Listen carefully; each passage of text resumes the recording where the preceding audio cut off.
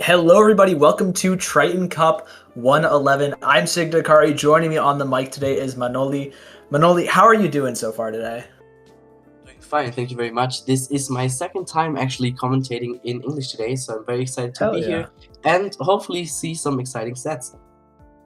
Yeah, it's gonna be pretty good. We're starting off with a couple of pretty solid teams here. We got Clown Ensemble versus Cosmic Melody. I don't know too much about either of these teams, but I just taking a quick look at the Sendu pages. I saw, I believe Clown Ensemble has like a tri-stringer and an octobrush, and then Cosmic Melody has a tetra. So I am really excited. We're loading into things here on Mahi Mahi Resort on Splat Zones as always, and away we go.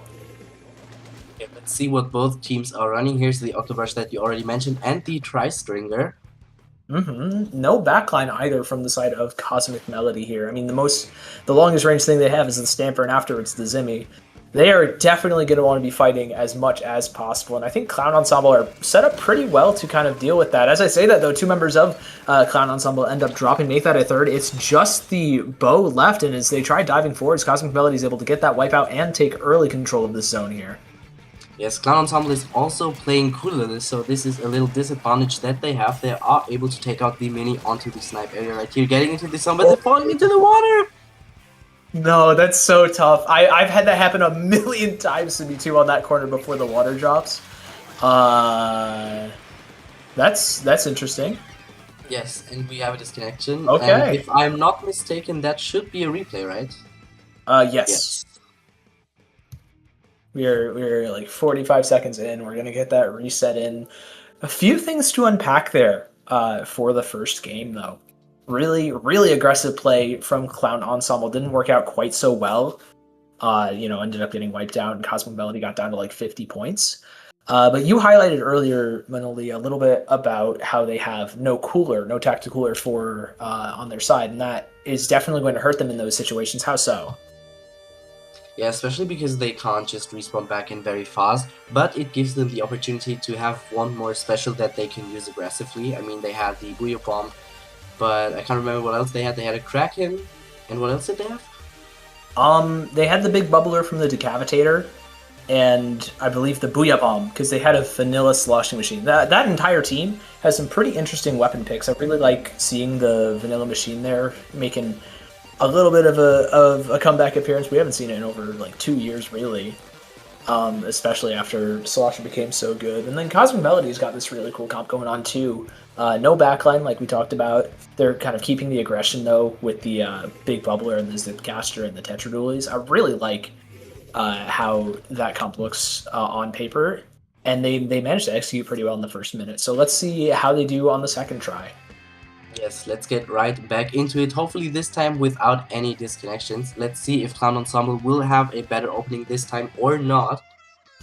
Oh! And they did get a pick. It's just Jammy left. Jammy's able to find a second one too, but same start, or different start, same sort of solution to that fight there. Cosmic Melody's able to get control of that zone, and Nanaya is already on the top left. It pops that Zipcaster, not going to be able to get underneath the grates, and this Zap Rieslo is finding two. That's massive. What a second wipeout for Cosmic Melody. Really great opening, solid stuff from them. Yes, trying to take the snipe area right here, but they get taken out from the Octobrush, but they already got half of the points down. Water level also dropped.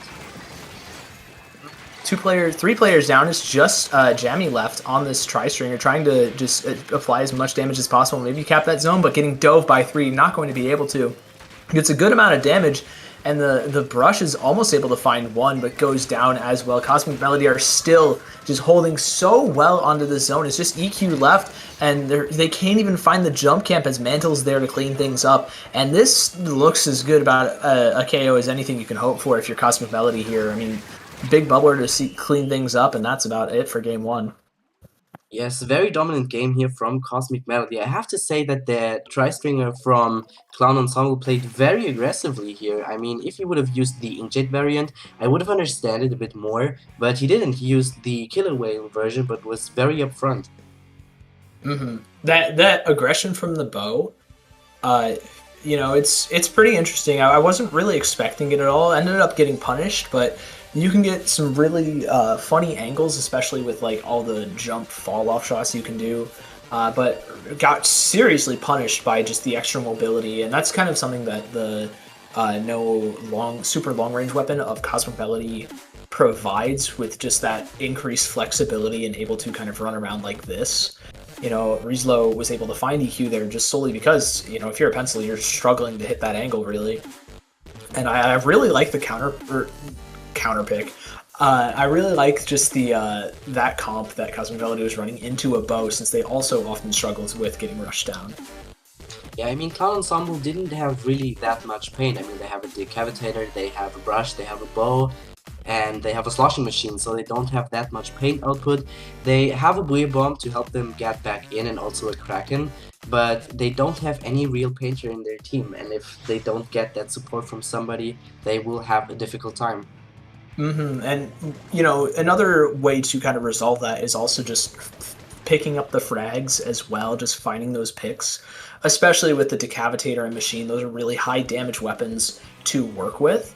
If you can, they can't paint the zone if they're dead on the other team. So, like, right there, exactly what we were talking about, Nanaya going down here. 3 players actually on the side of Cosmic Melody. That's a full wipeout. Just returning the favor is Cloud Ensemble, and they're already pushing into the spawn. Jemmy just getting really aggressive, gets picked off in pit, but the decav is there to kind of stabilize here for all the jump-ins.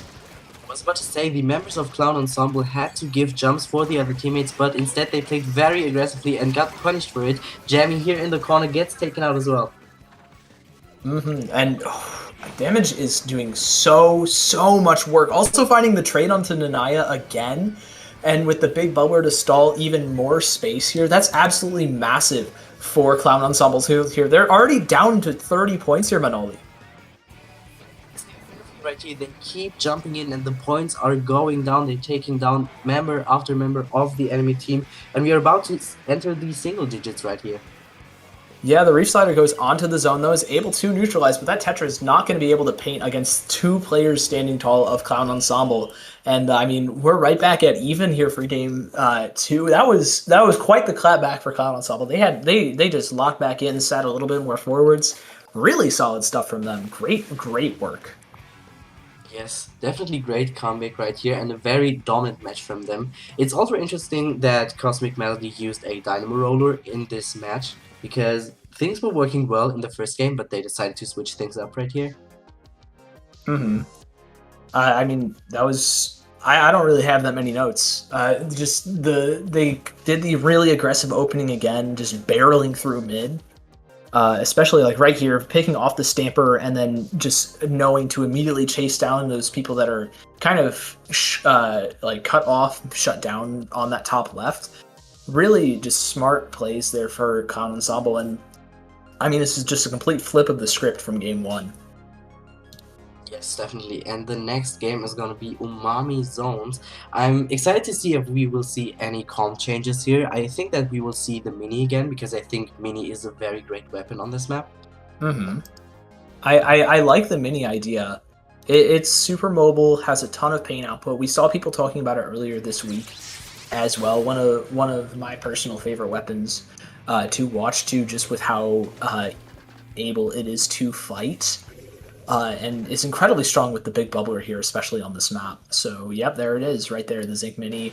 Dynamo Roller, I didn't really touch on that switch for Rizlo.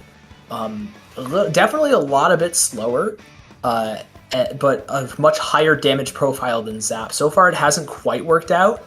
And already, Cosmic Melody goes down 2 players here. Nanaya is fighting 4 on their own. Rizlo is just going to have to back up, give this cooler, and just try and prevent this rush from Clown Ensemble here. And so far, it's not going great. Yes, they're doing a really great job. The Tri-Stringer could go onto their snipe area right here. Kraken is going in, but it's 2 members down already. Yeah, two players already down. Rentacause trying to find something, is able to find damage, but not much more after that. Zone does end up getting neutralized here. Xyler isn't opting to turn around, just looking to clean up that fight, ends up getting traded, and Nanaya is just trying to just stay alive, take control of this top mid against the sloshing machine of EQ. EQ is able to find a pick on that bot right side. The Zipcaster comes through. The Whale is also popped, though, on the rest of the players, and Nanaya might just be a little bit too late here on the Zipcaster to clean things up. The rest of the team, though, is able to fight back, and there is 2 picks going in favor of Cosmic Melody. They are back in the zone and back in mid here. Yes, Honk is holding it down here on top mid together with Xyler, who's actually getting a pick, possibly onto the Stamper right here as well. Not quite able to, but also getting a zone cap. Zone is back in control for Cloud Ensemble. They don't really have that many penalty points to kind of chew through here. So they're back right immediately to scoring. Jamie on the super aggressive positioning for a tri-stringer yet again. Has been just putting himself in, granted, risky spots, but spots where you can affect a lot of where the other team can position here. And I mean, it's worked out great. You funneled 2 players of Cosmic Melody into that bottom right, and now you're down past 25 points, with Xyler also finding a pick as well as damage. That is as good as curtains. You have to find some miracle to dive onto the zone here, and it just doesn't look like it's going to happen for Cosmic Melody. I feel like Cosmic Melody was very hesitant because of Jamie, and Clown Ensemble actually take this game, making it 2-1 for the set. Jamie positioned himself very aggressively, constantly giving jumps for his teammates, and now they were able to secure the win for this set. That was, I really like just how Jamie positions relative to kind of the aggression of the rest of their teammates. Really saw, especially when you have like a Decapitator and an Octobrush constantly like playing for those fights, for those picks, and just immediately running in every single time. Your anchor, your backline weapon, or whatever you play there as like a longer range option, really has to be able to help out in those fights, just to make sure that you're not like that your front lines aren't immediately like trying to feed. And I really like their positioning. It did get a little bit risky, especially we saw that punished really well in game 1, but they were able to clean it up, and that looked really, really solid from them on the last 2 games. Great just pushes and holds from them on those. Yeah, I'm also surprised that they decided to stick with Dynamo rather than switching back to Zap, because I feel like they didn't need that aggression that they wanted within their comp, because they did very well with Zap in the beginning, but decided to not change back to it. Yeah, the Zap was really flexible. I think the Dynamo was more for like playing around the ledges and verticality. It didn't quite work out, but you know, it's always something pretty interesting to see. Now, that being said, that is going to do it for our first set of the day. We will be back after a really quick break, though. We're going to watch Zipcat take on the winner of, I believe, Bow and Skywave in just a few minutes. Yes, that is correct. See you guys in a second.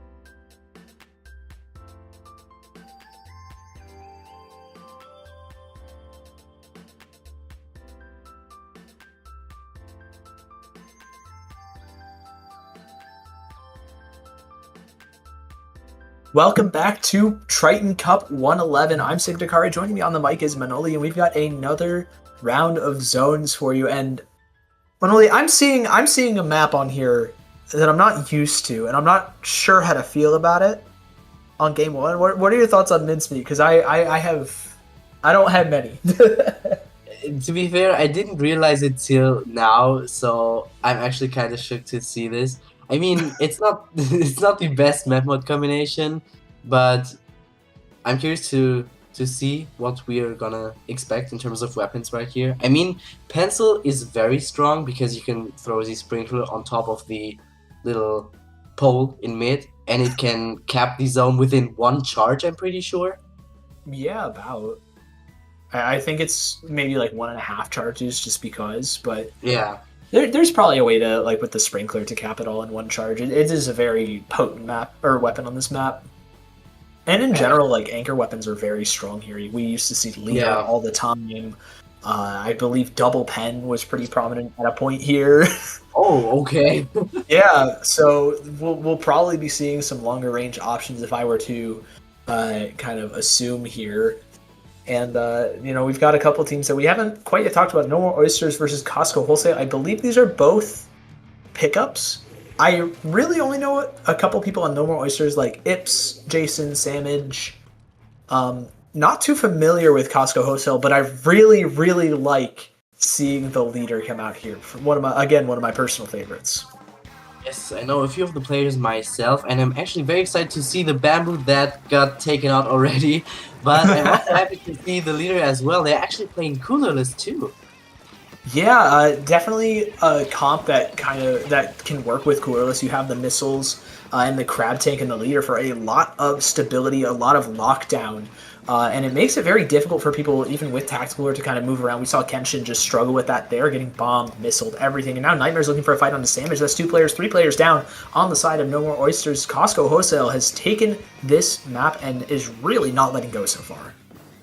Yes, it's looking very good for Costco Wholesale right here. The splash is kind of sharking on the bunker to potentially get a pick right here, but he has to back up because of the killer whales. Tri-Strike are coming in as well, not quite able to get the zone cap right here. Still in control for Costco Wholesale. They are really struggling. It's only the leader left, though. Goldship is just getting pressured by Jason on the Zipcaster. Now No More Oysters are able to get that zone capped. Jason's going to recall back over on that Zip, but now No More Oysters can set up here. A little bit interesting here. I'm curious to see what the plan is for them, since they don't have a lot of range. It looks like they're just opting for Samage to kind of get value on this bottom left-hand side as they just try and hold the zone. Not able to in the face of the Booyah Bomb and the missiles and everything. Actually, 2 players end up going down to Nightmare here as Nightmare finds Ips and is looking for that quad onto Samage, but Samage is able to jump out just in time. However, Costco Wholesale still does have that zone. Yes, No More Oysters were able to breathe right there for a second, getting that zone cap, but now they got pushed back quite a little bit. Samage putting his strikes onto the zone right here. Once again, not being able to quite cap it. Now they got the cap. There we go, and it did get immediately neutralized. I like how Costco Wholesale has been playing this, super stally. It is much more consistent to play like that on this map, and I mean, it's been working out pretty well. But Samage just immediately runs in, finds 2, looking to just turn around for Bashdug on that Splash-O-Matic. The Burst Bomb's not going to clean things up, but the Splash will. Looking for that second fight onto Ips as Kenshin's just trying to hold up the middle of the map. The zone is flipped, but Ips is able to find that pick and just return to mid to give the player advantage to No More Oysters here, and they have back control of that zone with barely any penalty left. Yes, the Splash wasn't able to get the second pick in the right corner right there, and now No More Oysters got the zone, potentially even getting a lead right here. The penalty points are taken down, and it's 2 members down already on the side of Costco Wholesale. Oh! That's a big flick for the leader to hit, as well as Samage going down there. The missiles coming through too. That's going to give a lot of space for Costco Wholesale.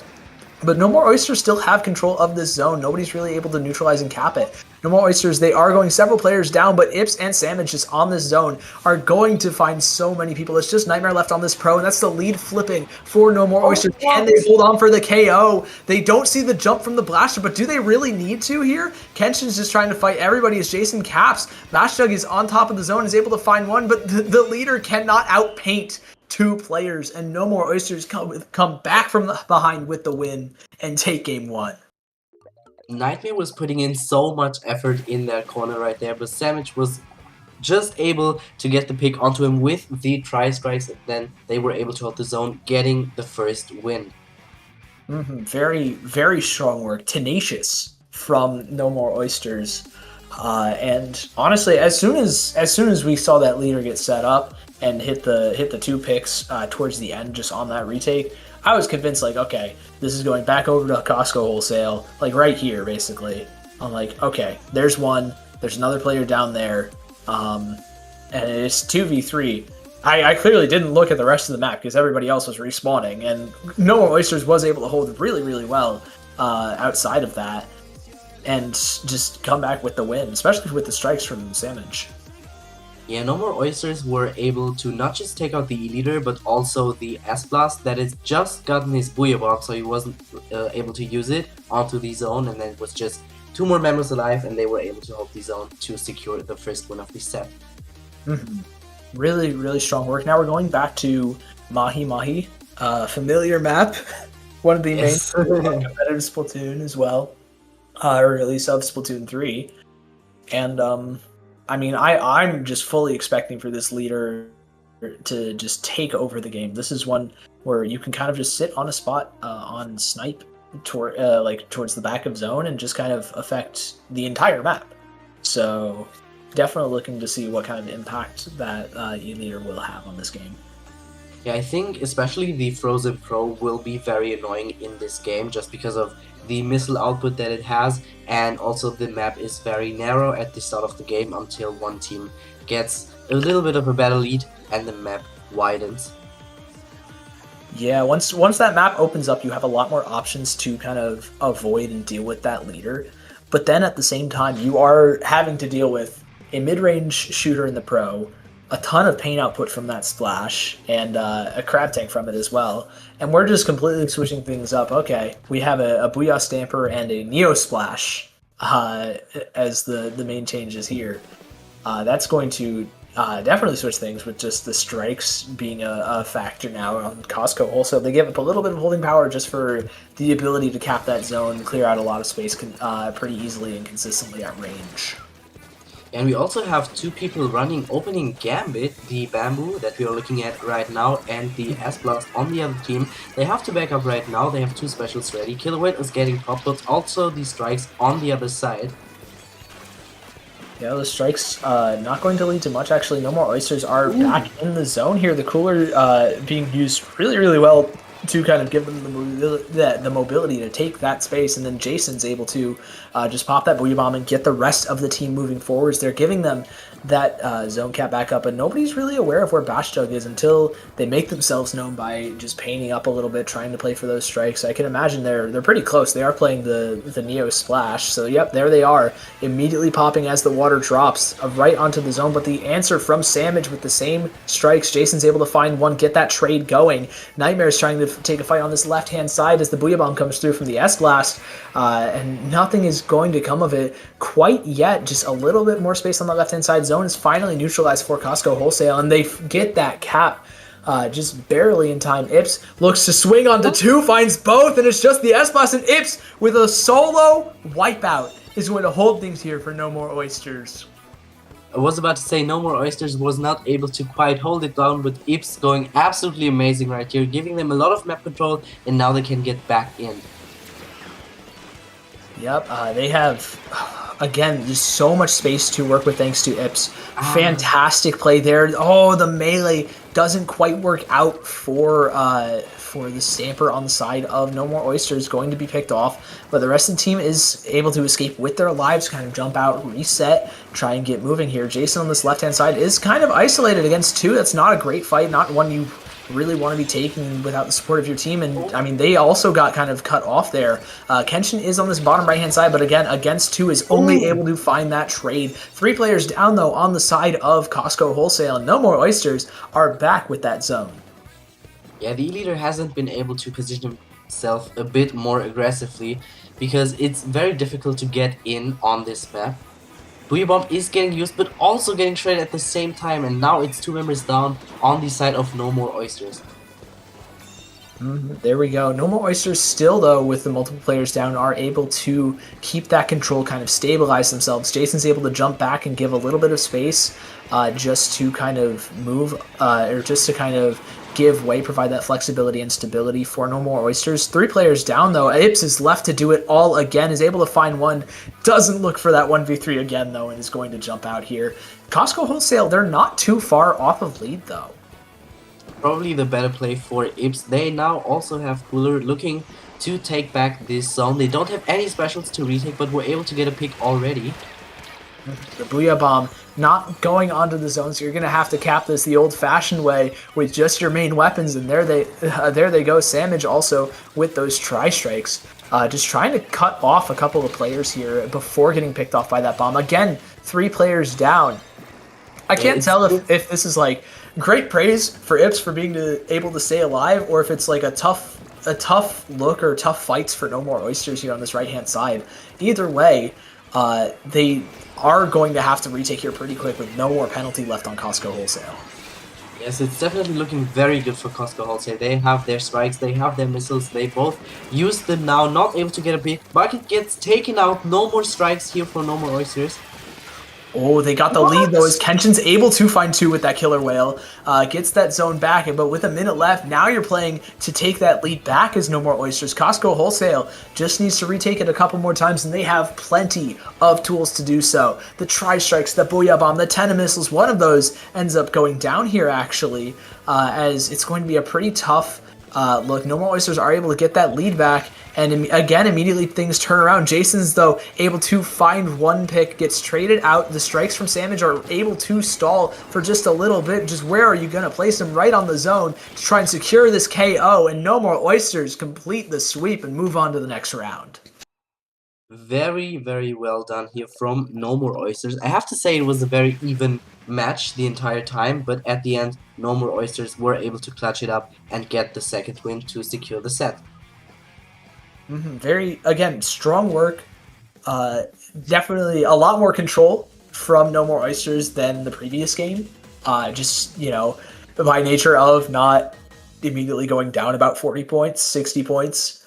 And they had a really solid just first half the game here. And I've got to highlight Ips on that end zap. That was just bonkers play after bonkers play. He provides so much paint for this team, gives the cooler, and also is able to frag out. That is everything you could ask for and more from your Zap player. Yes, I also want to talk about the new Stamper again, because I'm not too sure what to think about the kit that it has with the Auto Bomb and the Booyah Bomb. I think Booyah Bomb is very strong, but I'm not sure if it can work around its Auto Bomb that well. I mean, it's a little bit tough too. It's not quite a lethal bomb or a burst, but it still provides a lot of really good tools. Location, so you don't worry about what's it called, getting sharked under a platform nearly as much. Yes. But I mean, otherwise it's a little bit less conventional. Yeah. Definitely. Yeah, Okay, I think we go to our next, after we go to a quick break after this, and I believe we'll come back with your winners quarterfinals. yes, see you.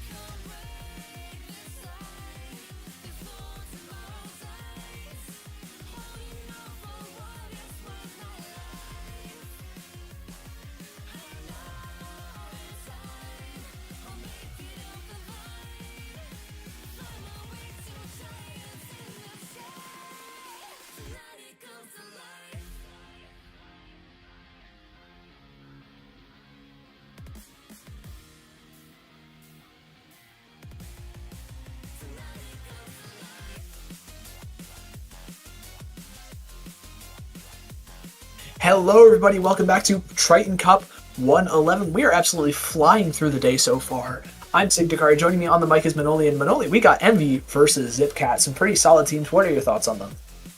To be honest, I don't know that much about the both teams. There are a few players on the teams that I know, like Nom Nom or Tame, for example, but I don't know too much about the others. I remember Nom Nom and Fluke, I believe, were both former Myopsidus players. Really long-standing team, very cool people. I recognize a few people from Envy just as weekly warriors, people that you'll see just showing up constantly in like paddling pools, SOSs. It doesn't matter if it's European or North American, they will constantly show up to these locals and try to win it, like Teeny and Tickle. And going into this, another V machine. Are we witnessing a renaissance right now? Yeah, it's not a weapon that you see too often these days, but we also see a junior that I wouldn't have expected to see in this set. Definitely a weapon that has fallen off just with the kind of popularity of Mint Decapitator rising, but so far it's working out, I'd say, relatively well, able to stay alive, provide a little bit of space. Shuts down Nom Nom especially is going to be pretty big, as well as Fruit going down in the zone there with the big bubbler is going to give Envy an opportunity to kind of recap, but Zipcat are able to hold strong, have a ton of paint thanks to that Splash, Decapitator, and Pencil. The Zipcaster from Jen is able to find two, and looking for that third one with the Fruit, the team is going to be able to clean that up. It's just Eli left on that Pencil, and Envy are going to take a commanding control of mid here. Yes, Junior is looking to provide a lot of map control for his team. Cooler is coming out, and now they're able to push even further into their base. They are just living in the elbow. Even able to find a pick onto Eli is going to be really, really strong here. The machine not quite finding a pick, but a ton of chip damage onto Nom Nom, I believe, as they're just moving into the zone. Has that big bubbler on the corner. Just for a little bit of stability. Fruit is able to pop that Booyah Bomb, but it's probably going to be shredded. There it is. Not able to cap that zone. Envy is still in full control unless Nom Nom can find a really big melee. The bubble there from the junior is going to just keep things rolling for Envy.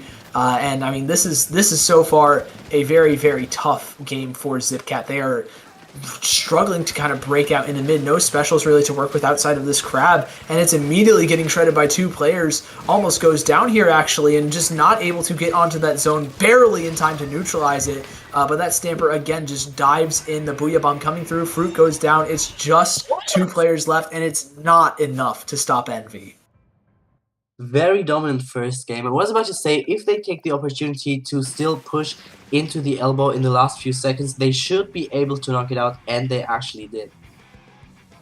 They definitely, it was a coin flip there. As soon as the zone got flipped, it almost looked like Zipcat was going to take that. I'm not going to lie. Very, very close. I can't believe that Zip got two. That was really solid work. Great, Yes. kind of stretchy arm Spider-Man play from Jenna there. And I mean, that pick as well, just delaying the cooler for Zipcat, leads to just this great stagger sequence for Envy and gives them that full control to kind of clean up that KO here.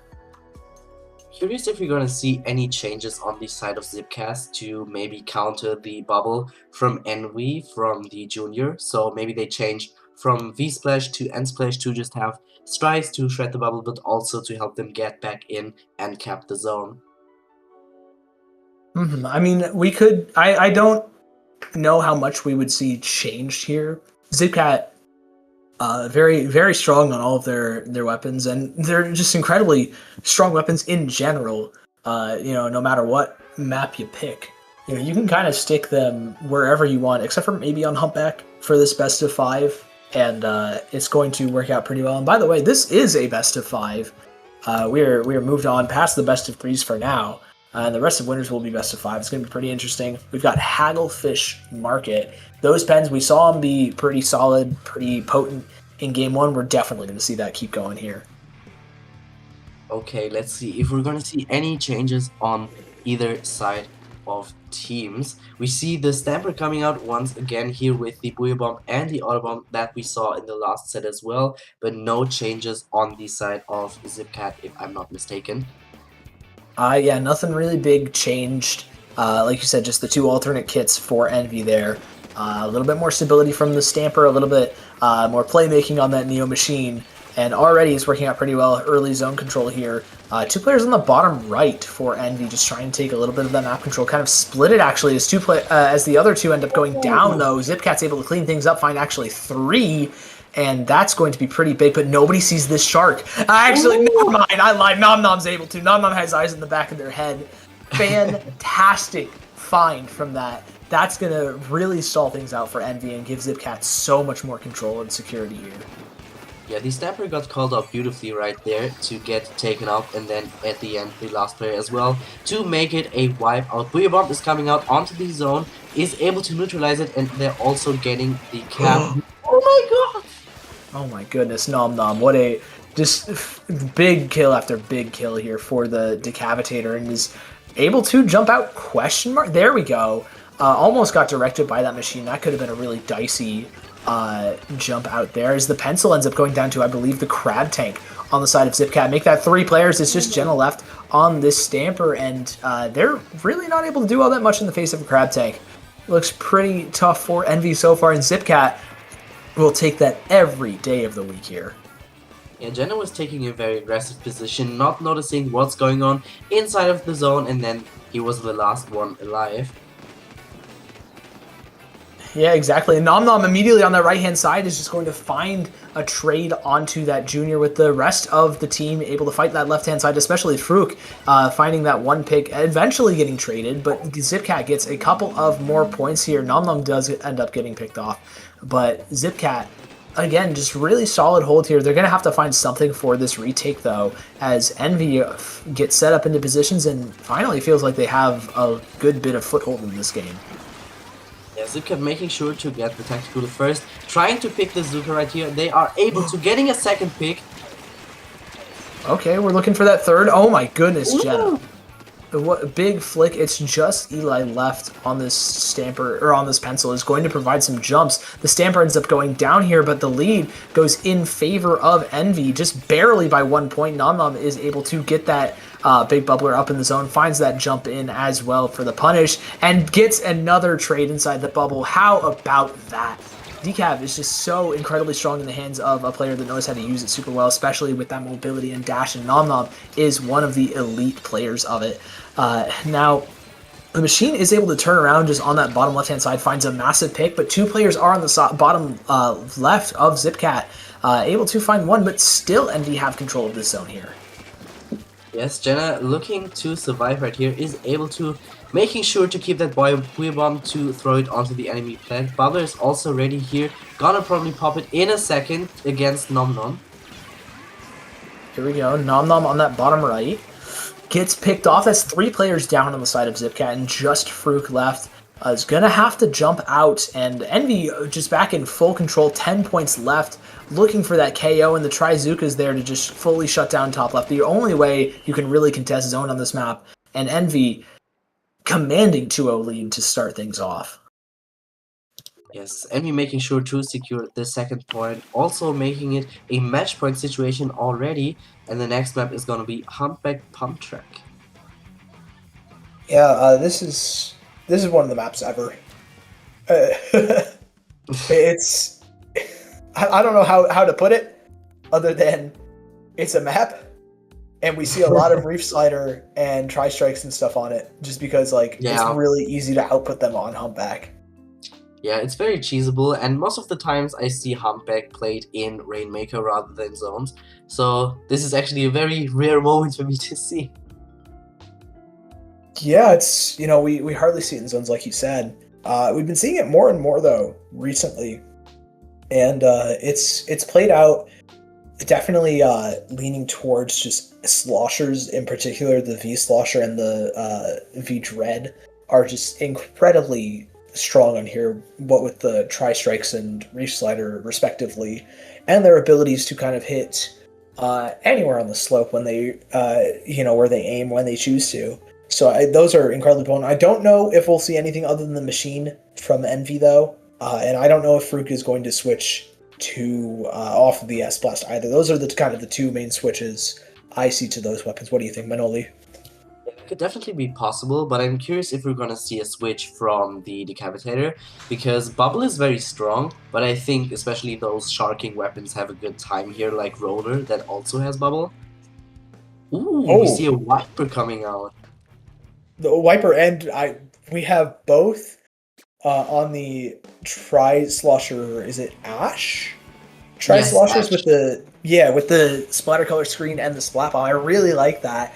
Able to just cut up the map really well and play super aggressively. Already, we see it getting a good bit of mileage on that zone. Able to find 3 picks for Envy, already taking full control. The junior is moving forwards on that top right, gets that big bubbler down, but drops to I believe, a splat bomb place, but Jason's immediately there. Same thing with a jump in from the Tri-Slosher to just apply more pressure. It's just Eli left. The Crab Tank is up on that far right side, but there's no way to really contest the zone. You're getting spammed out with bombs. The pencil is immediately poking you out, and you have to jump out here. Really, really good start for Envy so far. That's absolutely amazing. I also noticed that Nom Nom is playing Haunt on the Tri-Slaughter, but so far it's not looking too good for them. They only have 30 ticks left to get back into the zone to prevent Envy from getting the win on this set. Yeah, but with 2 going down to that splat bomb, things are looking just more and more dire as Nom Nom just tries to make a last-ditch desperate effort onto that zone. Finds 1 pick, actually looking for a little bit more, is able to find that cap. The splash almost finds that that other Tri-Slosher, and Nom Nom just putting in work so far. Ends up getting traded out by that hammer, but buys Zipcat another lease at life in this set. Beautiful hammer pick right there, but now Envy have a lot of penalty points that they have to get rid of. Yeah, exactly. And I mean, they're making pretty good progress, but with 3 players down, Zipcat are just going to cap that zone, reapply it, and really put some pressure on Sky here.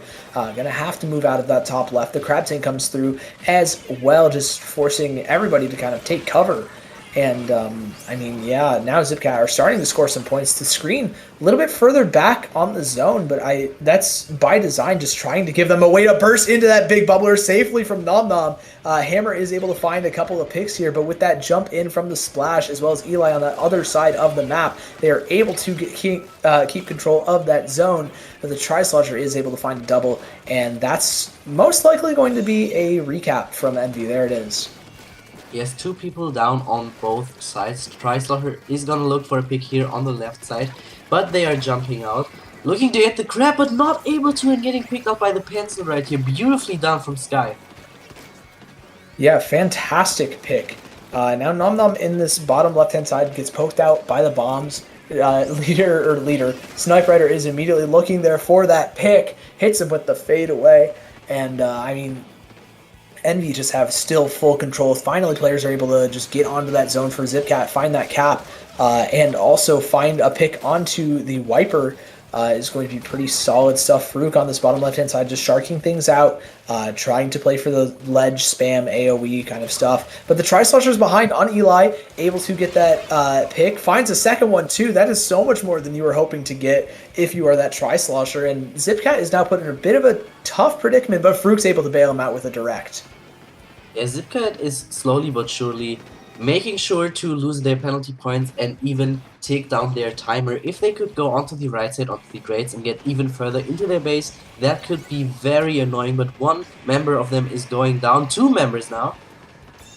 And with 2 players down, that's going to give Envy back cap of that zone. The trade out happening on that bottom left-hand side is going to give the Tri-Slosher another route into that left plat. That's going to be pretty big. We just have a couple of the higher paint options on Envy. Just looking to hold control of the zone, make sure it doesn't get cheesed. With a couple of penalty points left, you can expect Zipcat to maybe make a desperation play, but the junior immediately jumps in, tries to toss a couple bombs, gets that big bubbler there just to hold it. Just even stronger, funnel everybody over this left-hand side, and with everybody turned for the Wiper, nobody's able to look at the zone, and Envy complete a clean sweep of Zipcat, get the brooms out, and they are going to the winners' semifinals. Very aggressive play here from the junior, but I was about to say, is it gonna be enough time for them to cap the zone, retake, or at least neutralize it? But they weren't quite able to do so, making Envy taking the set 3-0. Really, really strong showing from Envy. Honestly, Sky really solid pencil play here. I like this aggressive positioning, or I guess more aggressive on that haggle bit, but then playing like towards the front, or at least not on the very back bit of the zone yet, towards the front, like right here. You're able to affect so much of the map, and you don't really see people contest it or play for that often. It's really strong work. I really like highlighting that, and then just able to help out your constantly diving wiper and tri slusher is always a big plus there too. Yeah, I really enjoy seeing those new tri-sloshers being used here on Humpik Pump Track because it's a weapon that you don't see too often because people tend to use the inkjet or tactical variant rather than the splatter color screen one. Yeah, I mean it's a little bit more potent. It has the fizzy bomb, which is really good for tri slusher in general, as well as a tactical cooler. And with screen being banned, sometimes just for accessibility reasons because screen was designed. Um, you don't really see it that often, but when you do, it can really take over a game like we just saw. Definitely. Yeah, with that being said, that is going to be it for the quarterfinals. We are going to go over to semifinals after a quick break. It's going to be pretty interesting. I believe we are going over EasyMD, the top seed of this tournament. It's going to be pretty fun. Yeah, see you guys in a second.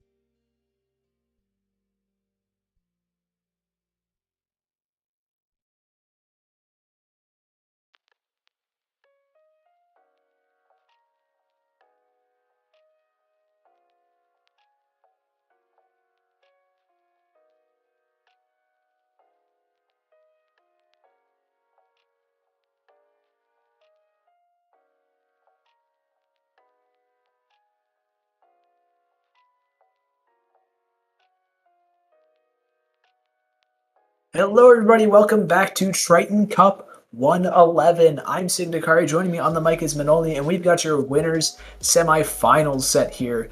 Manoli, how you feeling going into this? I see a couple of interesting maps. What are your thoughts? Yes, I'm feeling very good. We're seeing a lot of familiar faces right here. I actually know all of the players in the lobby, so I'm very sure that we're gonna see very interesting matches right here. Mm-hmm.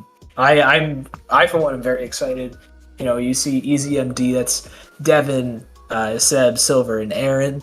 So you know you're going to be seeing an E leader there. I would assume probably some kind of Zap as well, and then Blanksy, a bunch of players that recently made it to +3. I'm surprised they weren't there to begin with because this team is absolutely nuts.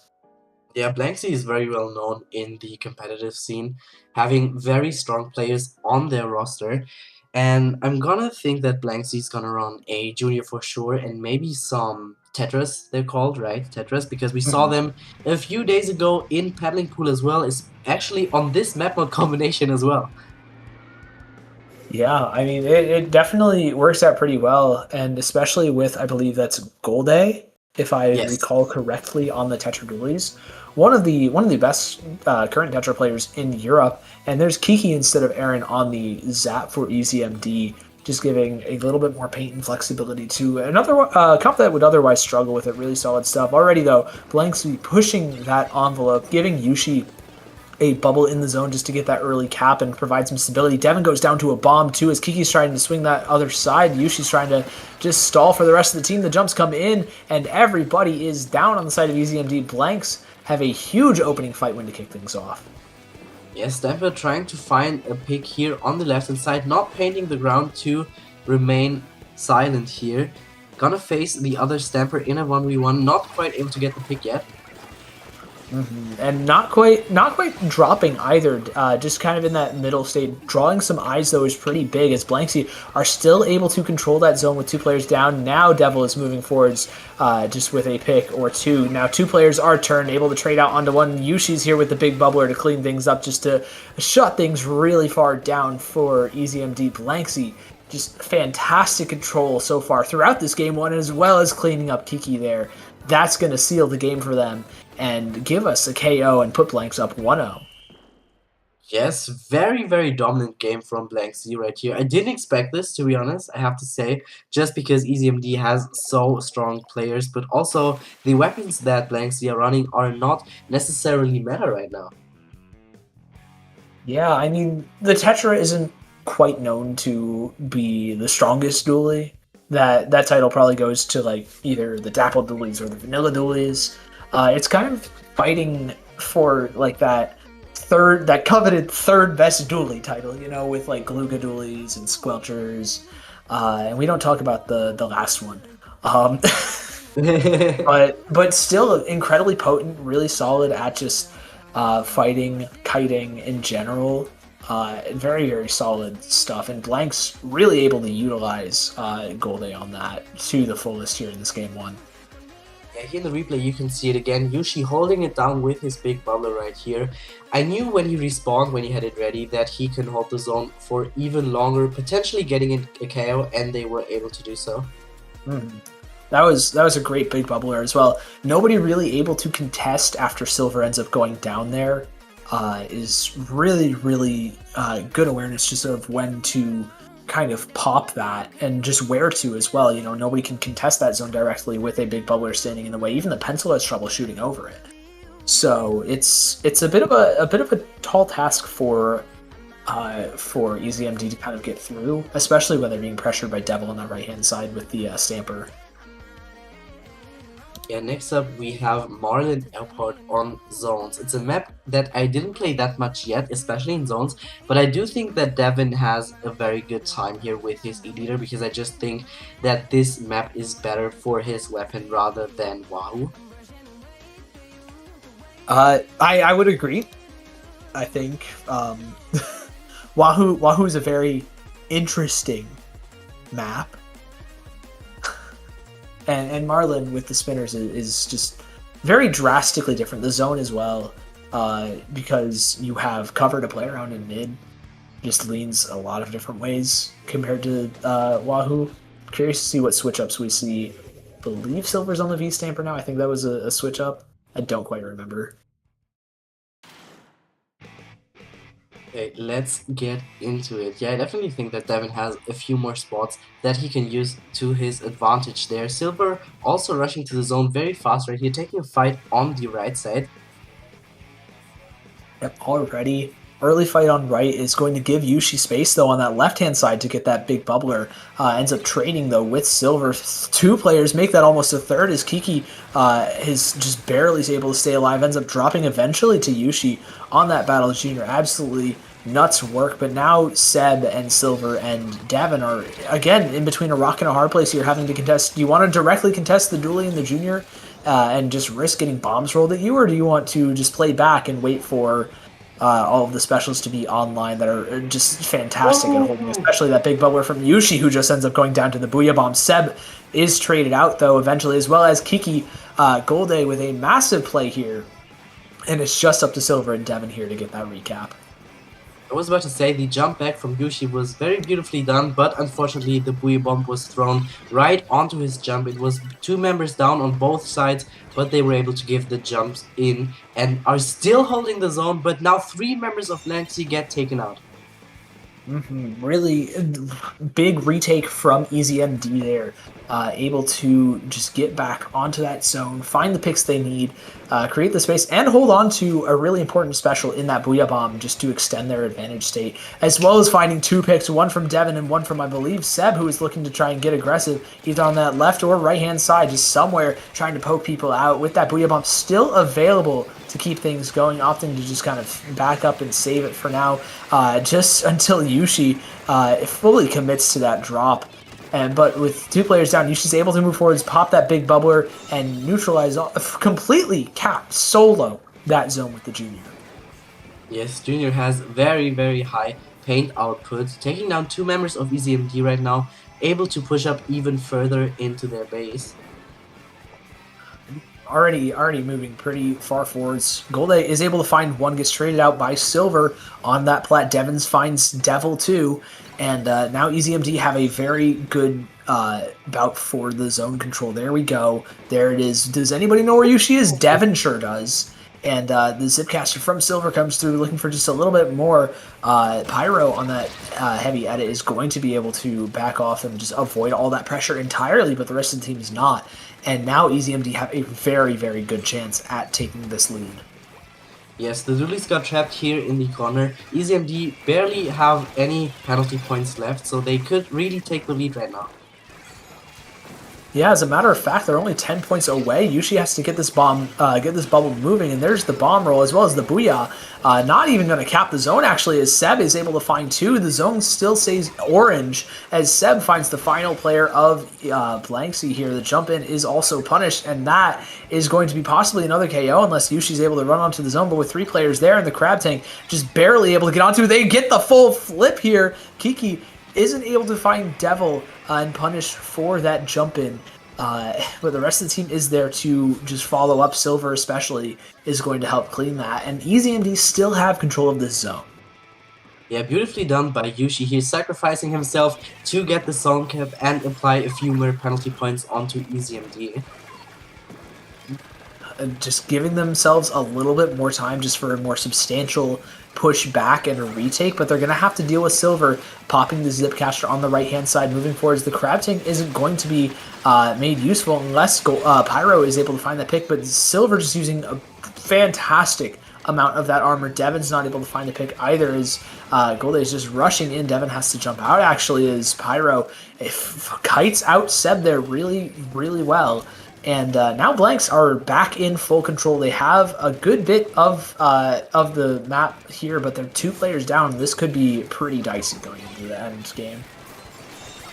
Yes, Kiki pulling out the cooler right here to give it to their teammates. Two people were down from Blanksy. Beautiful shot here from Devin. Oh my god. Oh, and that's a full wipeout. That spells a lot of trouble for Blanksy on this game, too. Pyro's not really able to find anything either, as Seb is just sharking out this plat, really unbothered until Devil's able to drop, and now Silver's on that bottom right. This is just a multi-layered defense here for EasyMD, and it's working out beautifully. Usually has to pop that big bubbler early, but it's not enough to prevent that cap as 2 players, 3 players end up dropping EasyMD. It's only Devin who finds a fadeaway onto Yushi, but gets picked off by both Golde and Devil here. And it's just Silver left. Devil's just trying to stall for as long as possible. You only need about 30 points to go. 10 penalty, 20 scoring. And, I mean, you're giving a good amount of space. Can Golde find a massive pick? Dives in, looking for one, finds one. The Zipcaster is going to be almost fully used here just to break back out onto the zone. But it's only Yushi against 2. Can they find that paint? No. And EasyMD come back and even up the score.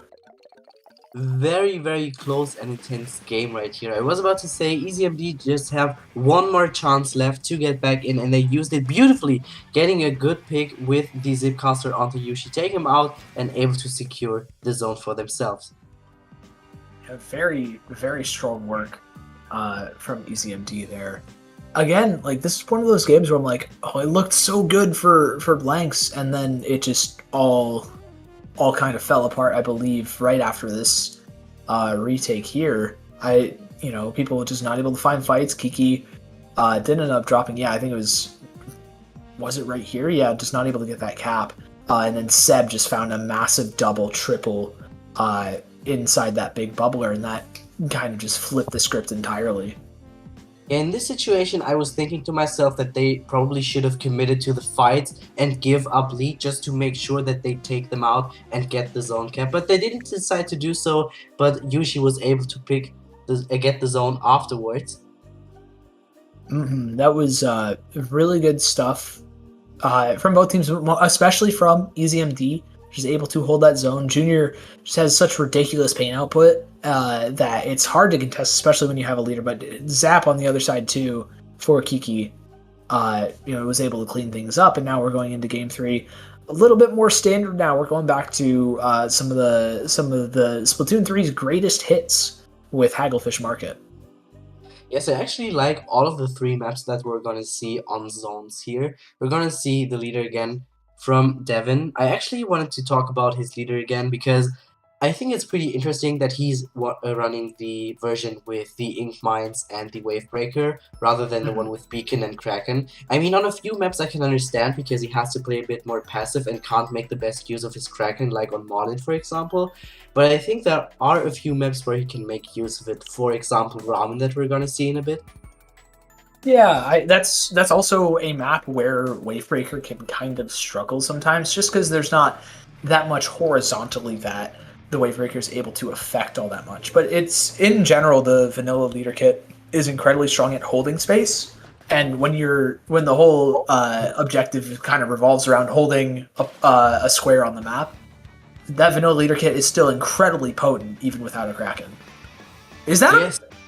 Yes, you see correct. We see a red Dapple and the new Hydra coming out with the big bubbler. I didn't expect that to come out today. Yeah, that's a new one. Double bubble for Blanksy here already.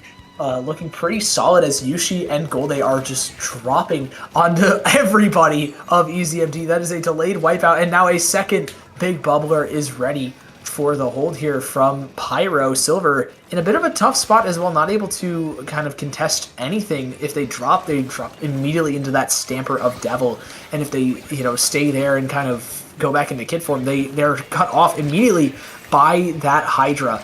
Already this hold looking really solid. Ooh. The bombs chipping out Kiki a ton, and that's your Zap just completely gone. Actually, 3 players down. It's only Seb left, opting to jump out to retake in just a couple of seconds. But Blanksy are back and rejuvenated here. This double bubble comp has worked out so well so far. Oh, beautiful shot from Golda right here, getting 2 picks onto EasyMD. Buoy Bomb is thrown onto the zone, but it's just 2 members left of EasyMD. We're entering single digits. Can they get the zone? Oh, they're just not able to get back onto there. The bubbles, so just... that was exactly the change of pace that Blanksy needed. Able to kind of stagger those bubbles, just get them popped at different points, and having that constant uptime of a safe spot to position, especially against an E-leader. I really, really like that counter pick, and that was just full pedal to the metal just fighting from them as well, especially with that Dapple. Really, really smart. I like that change. Fantastic. Yeah, I was actually talking to a few of my friends a few days ago about red Dapples being in a decent spot right now, but I was very curious to see how the new Hydra is going to do against the E-Leader, but also the Zipcaster from the Stamper, but it worked out beautifully from Blank Sea, so now we're in a match point situation for them. Yeah, that was just incredible. A thing that really helped out, two things that really helped out in that matchup for the Hydra against the leader was just having that second bubble. First off, you give yourself so much more safe space to work with, and then also you have a red Dapple now, and that weapon is immediately gonna just dive and fight and fight and dive, and just constantly apply pressure to this leader. And I mean that gives the Hydra so much more room to operate, like we just saw. Now going into Robo Ramen though, I'm not sure. I mean, now I'm not sure either what we're gonna see. I mean, with the red Dapples, for example, you have just a bit more backup as well, because you have a very aggressive player, you have the beacons for backup, you have Cooler, so it definitely changed some things up, but I don't think that we're gonna see them here again. Golda plays Tetras that also have Reef Slider of one of their kits, so we could see that potentially right now. It definitely could be an option. Then you'd have Pyro either going back to probably a Cooler option. I mean, Cooler is almost mandatory at this point.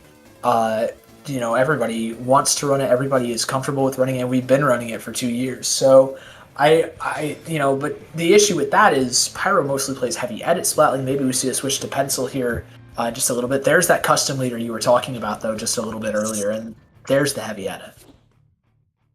Yes, and we do see the Tetras. I'm not quite sure. Yes, it is the Reef Slider version, thank you. So we will see some Reef Slider cheese maybe on this map. Oh, yay, my favorite. I love Reef Slider cheese, but already EasyMD taking some pretty solid control of mid here, getting that early zone cap. 2 players on that bottom left-hand side, and Yushi with that big bubbler is going to give Blanksy the complete flip on the zone, though Seb in this bottom left is in a little bit of a tough spot, but he's able to clean it up, shred that bubble, and immediately Pyro makes a fantastic play, just rushing down, pressuring that blaster when they least expect it. Devil on this right-hand side is able to stall out even longer, has that Booyah Bomb for more pressure. The Kraken comes in, but it's just not enough. It's a little bit late, and Devil's able to jump out. And so far, so good for Blanksy.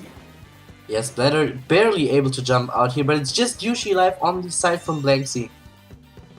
Yeah, I mean, they're just sharking a little bit on this left-hand side. Immediately dropped on by 2 players, able to find Devin before jumping out is going to be massive. That's a Respawn Punisher death timer as well, so even the extra 1.5 seconds gives Blanksy so much more room to work with.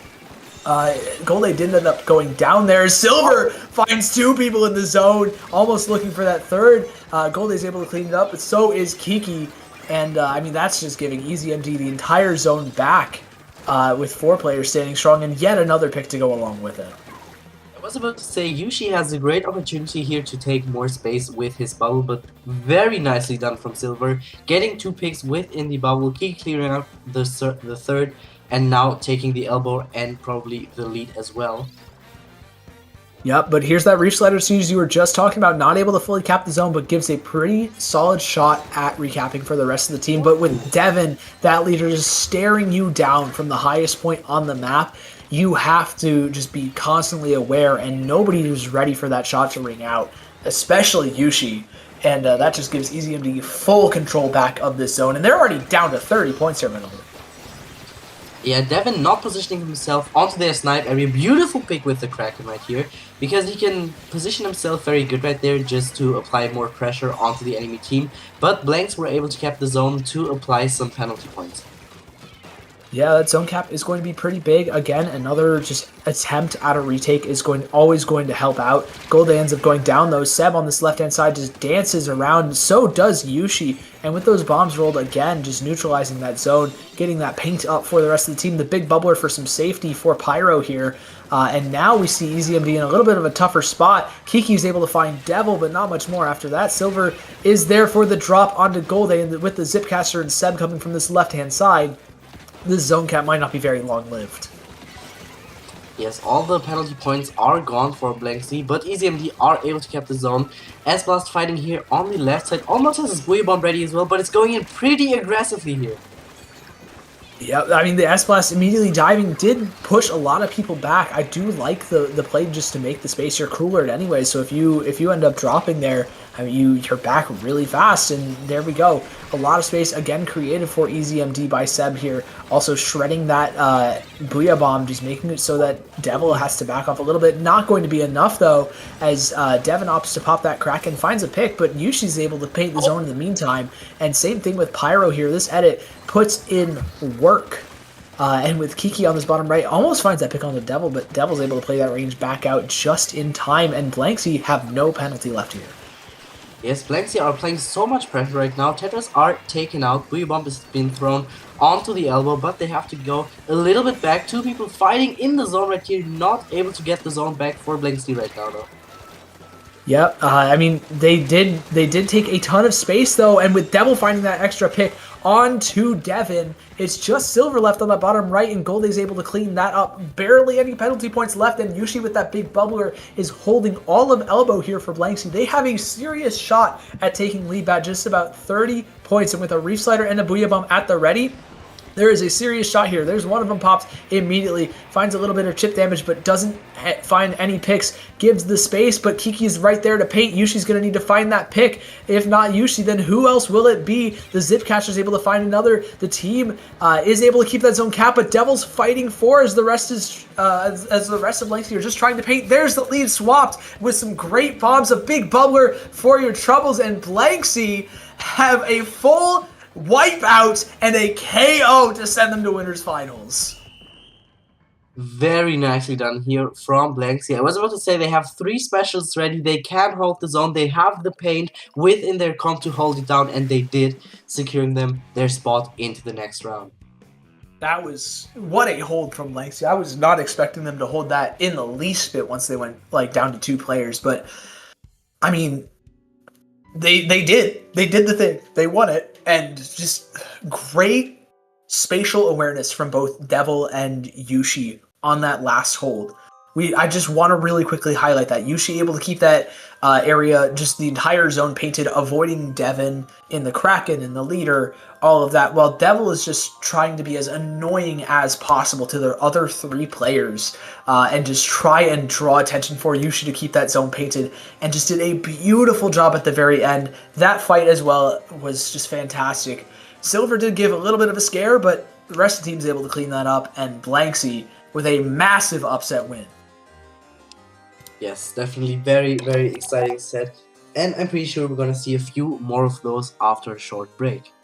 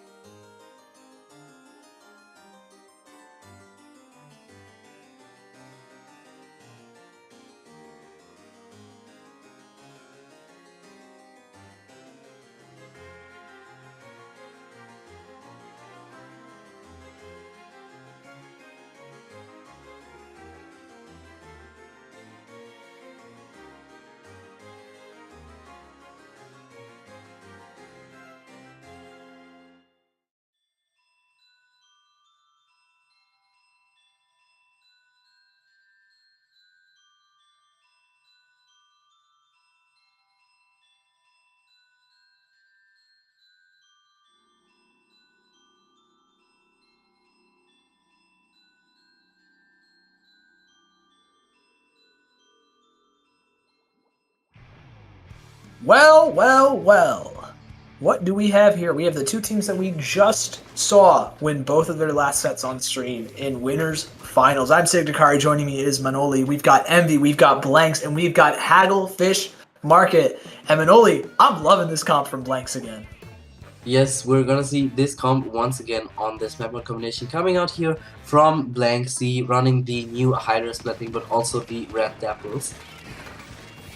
Yeah, I like the red Dapples. A solid cooler option, gives some stability with those beacons and bubbles too. Already looking pretty good though for Envy, finding a couple of crucial picks there on that right-hand side. Devil's able to clean things up as well though, and give a little bit of space back to Blanksy here. But again, just this constant aggression we saw earlier from Envy is still showing strong here. The Wiper and the Tri-Slosher are just making so much room for the Pen and Junior to kind of do their thing, and Envy take a very, very strong hold here, already down 60 points. Yeah, this is a great start for Envy here, also getting the delayed wipeout onto Blanksy, not quite able to push up even further, and now Blanksy are going to look to get all of their specials to get back in. Yep, but with specials getting back in, there are also specials to keep them out, as like that hammer. We've got a big bubbler on the side of Envy, just popped immediately for that Booyah Bomb. And already down to 20 points. Envy is looking for this KO, set the tone early. Yushi is able to get a couple of bombs on that zone. Are you able to find that full flip? Yes, there it is. And I mean, their blanks are just moving forwards at this point. They have to get something going, but it's just Pyro left on this Hydra against 3 players of Envy, and now it's a bit of a tough time until they find 2 players and somehow drop to Sky behind a lot of cover. Splatoon 3 is a great game, but blanks still have the zone nonetheless. Yeah, I feel like every time Yushi has got his big bubbler ready, they are guaranteed to get the zone cap. I don't know what it is. The enemies also have a junior in their comp, but they are just able to secure the zone for themselves every single time. Oh, I really like that big bubbler on the tactical too, just zoning everybody off of it. Now Envy have their work cut out for them, just constantly being zoned. The bomb is able to find that Tri-Slosher as well. It's just this Wiper left, as well as the pencil. Devil does end up going down here, but Yushi is just diving, trying to apply this pressure. Jumps out safely. Jenna has this hammer, only able to find 1 though. The bottom right flank from the, I believe, Tri-Slosher is able to find 3, and it's just the Hydra left to clean things up for Blanksy, and they're just not able to find everything, having to jump out here. But Blanksy, very, very solid hold. I would like to highlight the big bubbler onto the enemy cooler again, because I think it's a pretty good idea as well. However, the cooler is out for a very, very long time, so if you're not able to hold the space, the bubbler is kind of wasted and they can still pick up the cooler afterwards. It is a bit of a give and take there, especially since you can get shredded pretty easily. But so far, I mean, Blanksy really seem to be liking it, and they've got some pretty solid value, as well as another pick and a zone cap. Goldie on this bottom left-hand side is just trying to avoid that screen, stay safe, as well as they're the only player left. Yeah, having to jump out here. But the junior from Envy is already moving forwards, trying to get back up from the ramp, and finds a pick onto that Hydra. That is going to delay the retake from Blanksy for quite a while. Yeah, but they already have cooler again, with the red Dapple being 170p for their cooler, and with a little bit of special charge, that is easily done. Now they're trying to get back in. Yushi has his big bubble again, not seeing the opponent right behind him.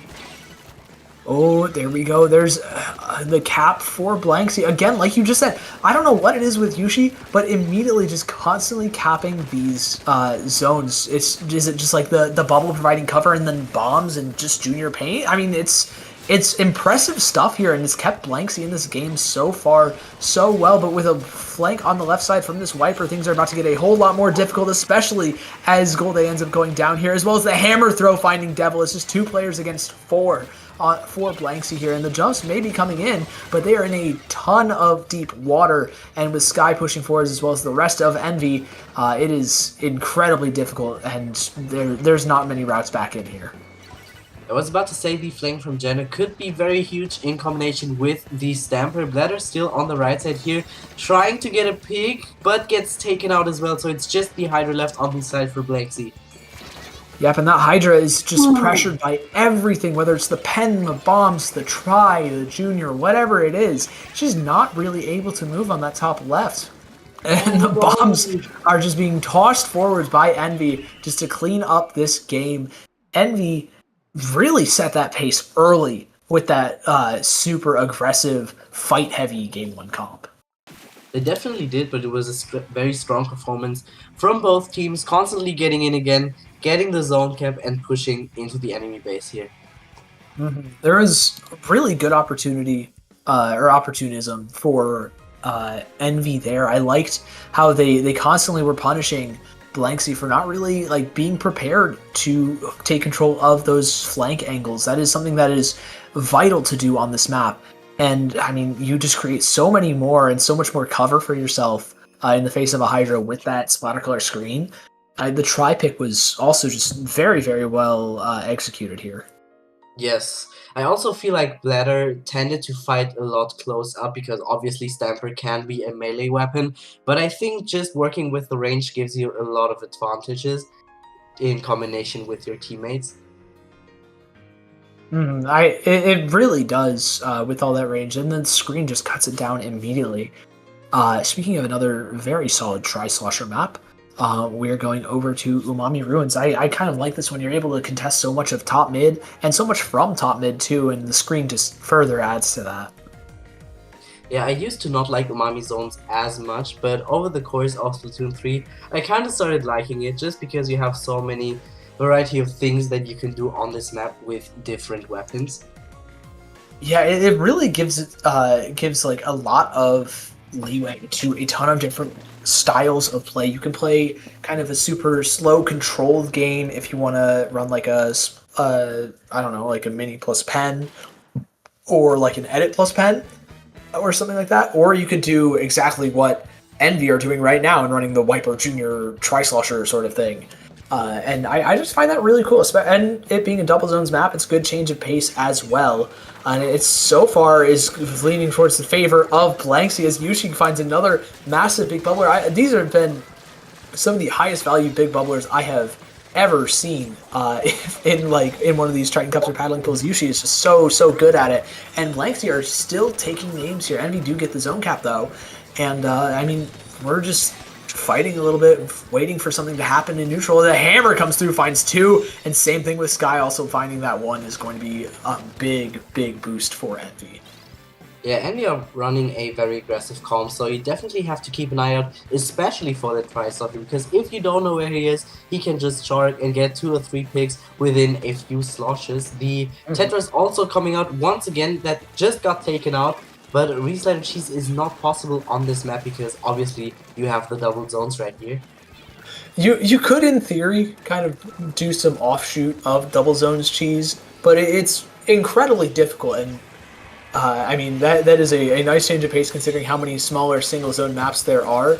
And I mean, Umami Ruins so far, it's still really easy to neutralize and prevent scoring if you just want to paint that one zone while the rest of your team is moving. But Envy still have full control here. I don't think this Tri-Slosher has moved all that much from the top left. There they are immediately dropping. But having that top left control is so important. And Envy have just been doing a great job at making sure that Blanksy can't get to any of the power positions on this map. We saw it from the pencil shutting down the runway just through middle.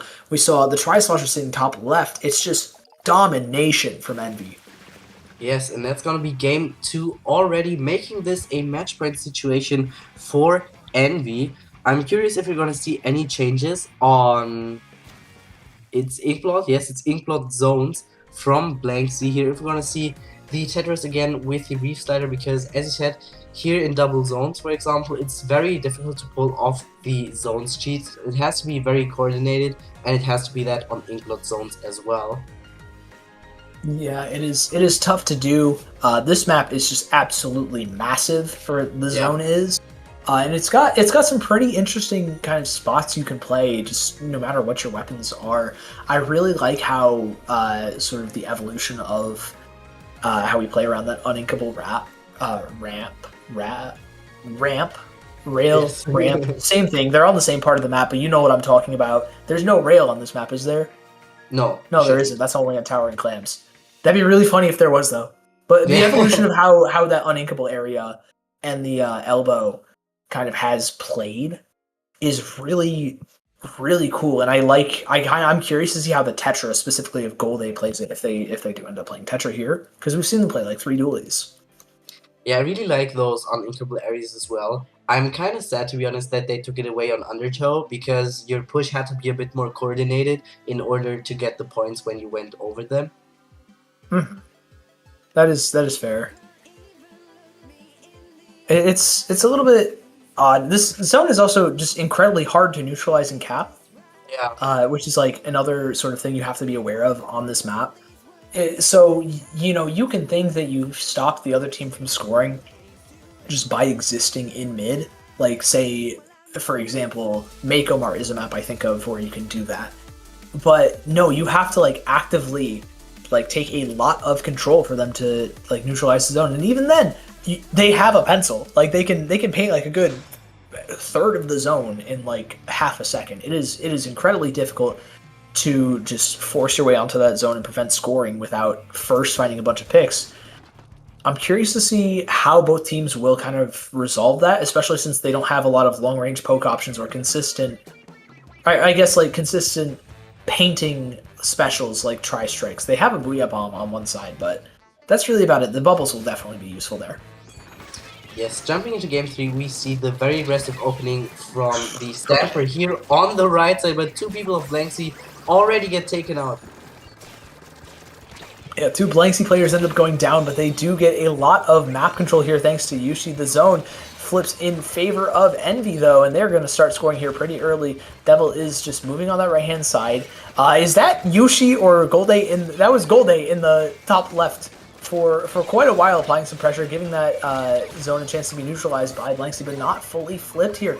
Yet again, this is just incredibly difficult to do. Sky is providing jumps, but with 2 players down, Blanksy now have an opportunity to get that flip. The Booyah Bomb comes through, probably going onto Plat just to clear that space, or just onto the big bubbler that was put on top mid by the junior of Envy. Jenna ends up getting picked off by Devil on a massive drop, as well as one more player going down here. The Tri-Slosher still was living kind of rent-free in this top mid, and Devil's not able to find that pick. It is a pretty tough one, just barely away from that lead is Blanksy, though.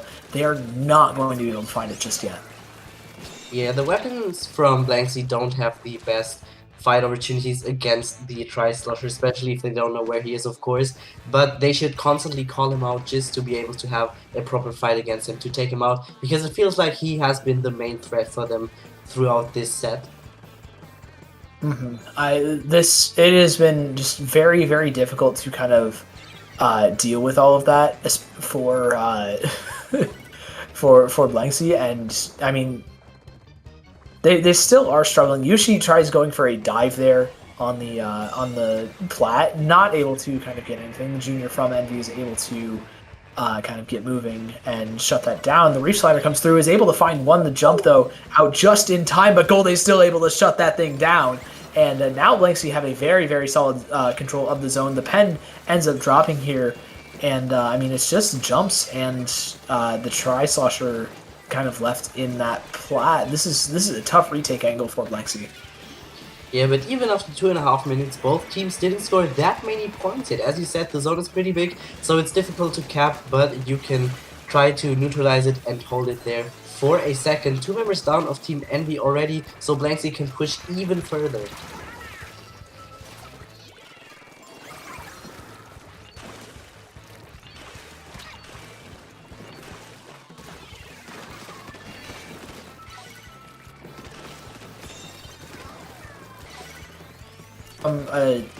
Strategy game, and already it's working out pretty well, but Sky is able to get those tap shots in. What a beautiful turnaround for the pencil.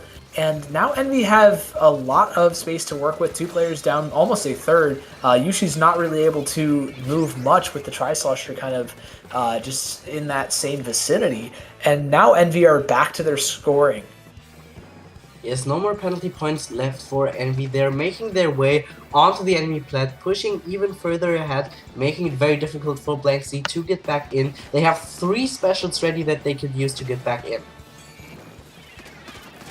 Yeah, they have 3. They popped 1. Yushi ends up popping that big bubbler as well, but the Tri-Slosher ends up popping Yushi.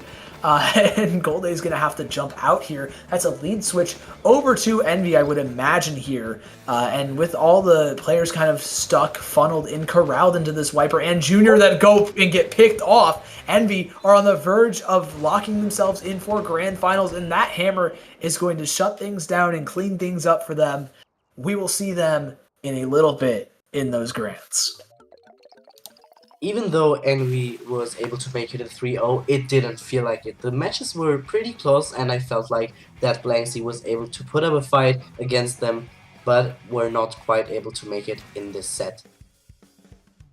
Yeah, I mean that was really, again, good fights, especially on the game 2. I was surprised, or sorry, on that game 1 from Blanksy. I was very surprised that they were able to, even with the Hydra, temper the aggression from Envy for the most part.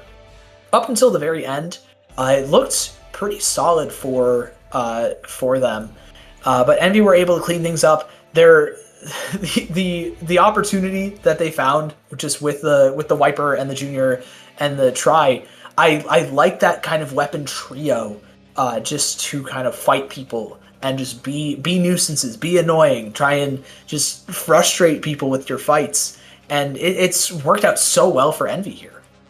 Yes, but even though Blanksy wasn't able to come out on top in this set, they still have the chance to get back into grand finals, making it through the losers bracket in losers bracket finals. They definitely do have the opportunity to punch a ticket back here, but they have a ton of big players in that losers bracket that they might have to face in that last game. Not to mention EasyMD, who they played in semis and beat pretty solid upset. But that is going to do it from us here on the first block, Manoli. So where can the lovely people find you? You guys can find me on Twitter. My name is Manoli Clips on there. I am very happy to have been able to commentate here for the second time in English. And thank you very much.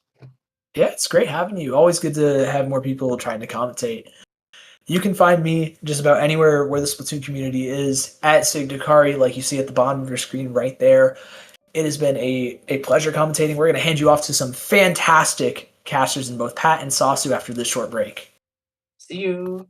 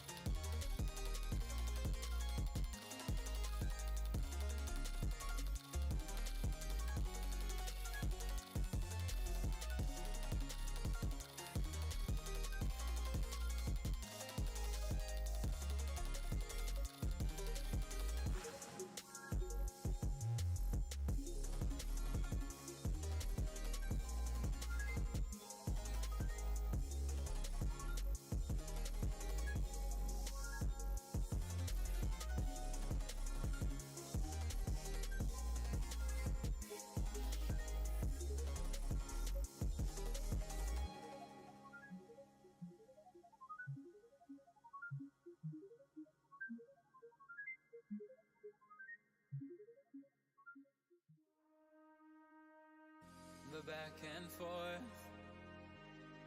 has got me so messed up.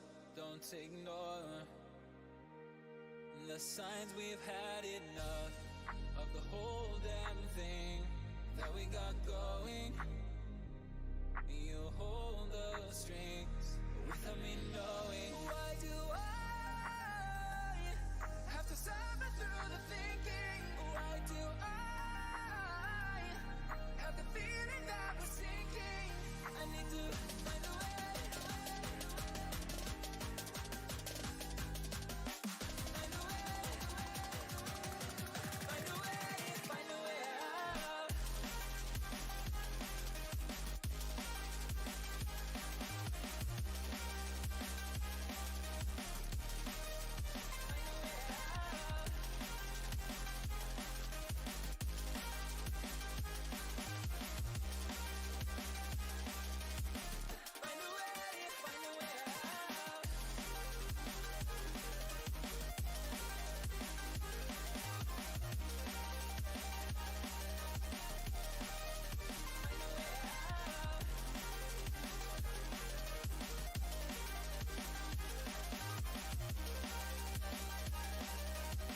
Find a way.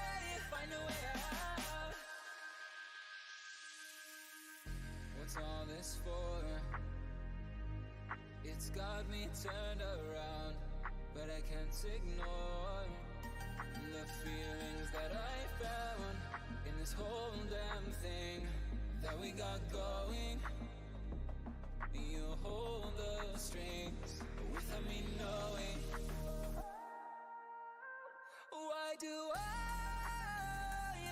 have to suffer through the thinking? Why do I have the feeling that we're sinking? I need to find a way. Find a way. Find a way. Find a way out. Find a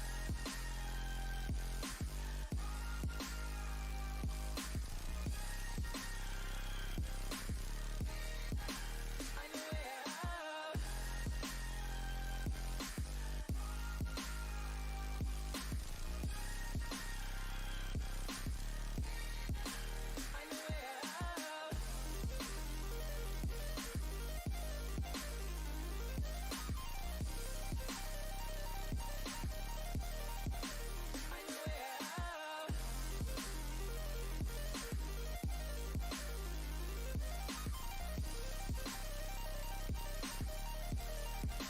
Find a way out.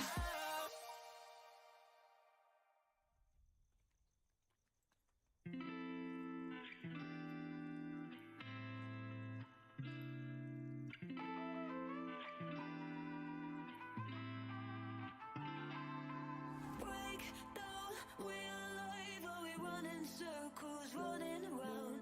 Break down, chase a light, we're rolling but on the go. Running for my life. Feel the light. Running for my life.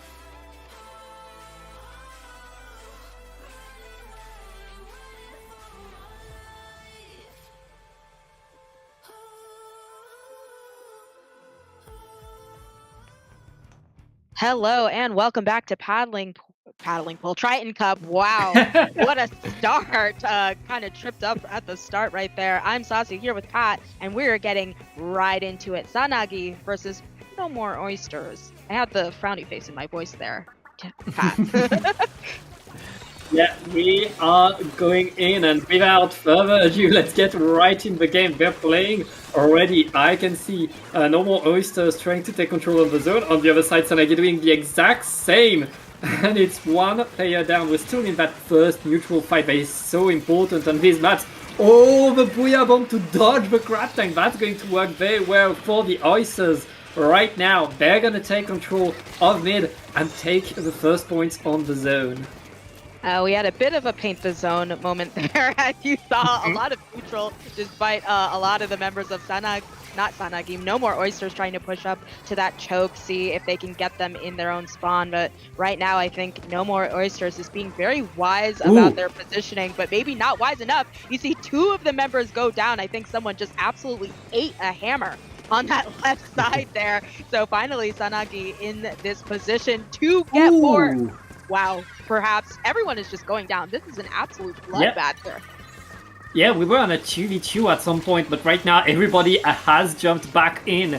And Sanagi is the team winning the fight. They applied a penalty and it's their turn to score points. Now, can they get that lockdown? Can they keep the Oysters from coming back onto the zone? It looks like right now they're able to really set themselves up for that zone defense. Yeah, absolutely. I think they might be able to even get the lead here if they play their cards right. You see one member going down, that sticker stamper, going to be really super important, and Jeki rather, just getting that paint down, having their members move a little bit back, because I think that when you take a look at this comp, we didn't necessarily get the opportunity to do so, but noticeably they have that tri-slosher, right? So I think if they're able to get in there, get their picks, and set up that screen, that could be lethal for Sanagi. Yeah, well, right now Sanagi is the lethal team. They just took control over all of mid. I believe they're gonna take the zones now. We're halfway through the game. Not that many points have been scored, Sasu. Right now, Sanagi have to make do with a penalty, but yeah, we're still stuck around like very much a back and forth. Neither team is really able to take full control. As I say that, Sanagi are almost done with their penalty and looking to score some more. Yeah, I'm inclined to agree. We're seeing the back and forth here.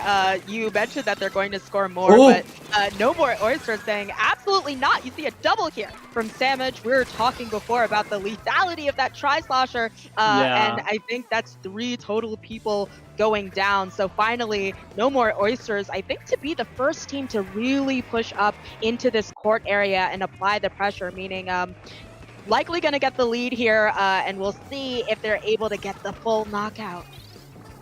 Yeah, right now the normal Oysters taking the lead, but Sanagi has taken control back of their own spawns thanks to that hammer getting so many splats. Now they're back in attack mode. They know they want to paint at least one zone, delay the points.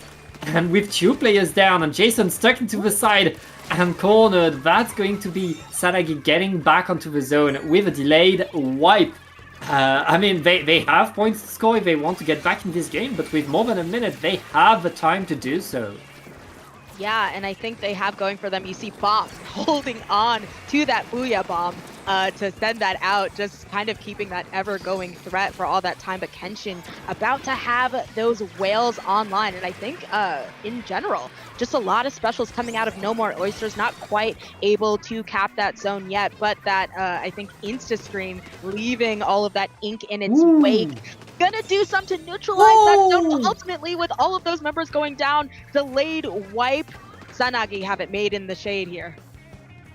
Yeah, Sanagi in control, no penalty on them right now. No more Oysters need to run in. Samage is countered though. Jason needs that Booyah Bomb to hit the zone, to paint it, but it's a bit too late. All the players have been wiped again. That is game 1 for Sanagi. And Sasu, I mean, both of these teams were fighting hard, but each time Sanagi managed to be the only team to really break through, to push the other team away from the zones.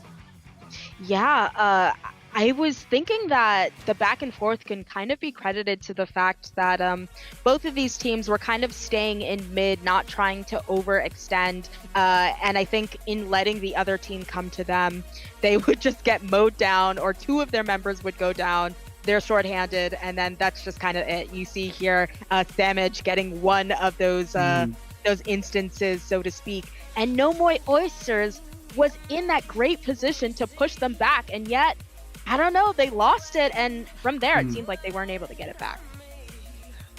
Yeah, I mean, No More Oysters, they had good fighting power, but they were lacking a bit more pushing power to really force the other team out of here the way Sanagi was able to do. Now, going on to Museum d'Alfonsino, that Stamper that Jason is using is going to be incredibly key. You know how dangerous a Stamper can be when it's under that ledge and absolutely threatening everybody. Absolutely. I'm wondering though if we're necessarily going to see a switch off. I know people have been loving the sticker stamper, but I personally on a museum, I feel like that zip, maybe it doesn't feel super great, but if you're a pencil, you're definitely going to be more threatened by a stamper that is just zipping at you on your own plat versus if there's just a kind of booyah bomb that doesn't displace you as well as it could be. But you see, we have this DC, so we have more time to chat about that, Pat, I suppose. I feel like if they have they can't go back to the Zipcaster Stamper if they keep this comp, because they're kind of lacking pushing tools with the Tri-Slasher and the Bamboo. Now that we might have, I mean, that these Booyah Bombs were very much the displacement special that No More Oysters was relying on in game number 1, which kind of was not enough to get the double zones with the Booyah Bombs. So, like, if they go to the Zipcaster Stamper, I feel like they need a weapon with tripling strike, something that allows them to push in, really. No, good call. I think obviously we saw a really unconventional comp out of No More Oysters.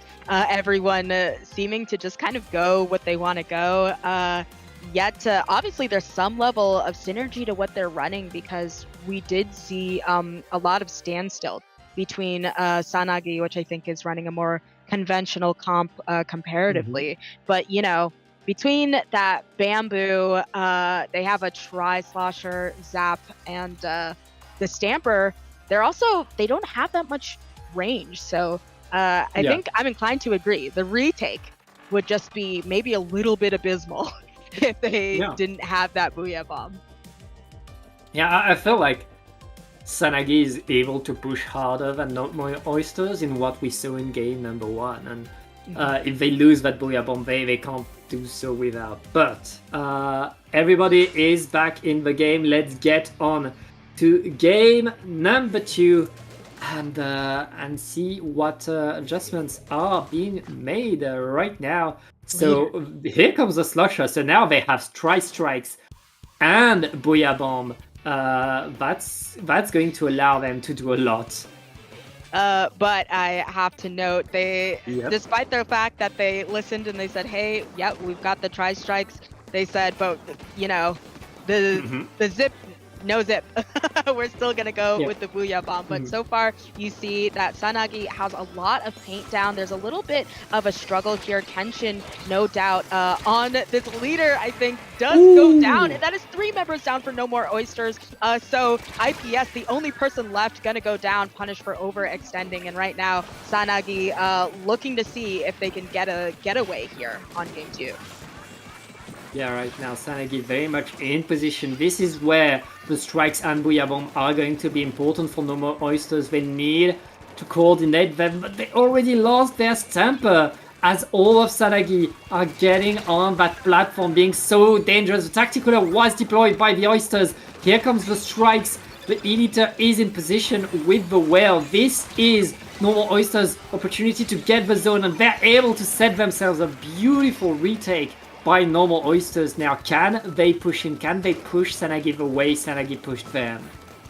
Yeah, it's gonna be difficult. You know, Sanagi, I think, has really shown their prowess and their strong offensive energy. But ultimately, I think in a place like Museum that's all ledge, having to deal with a Stamper and that Slosher that's just going to try and chip away at you is so difficult. You see that they once again have their hands on the entire zone here. Kenshin being really intentional. I think Kenshin may be the leader, so not quite sure what they were necessarily doing there, but you see there's 2 members of Sanagi down, so you know, No More Oysters getting away with a lot here.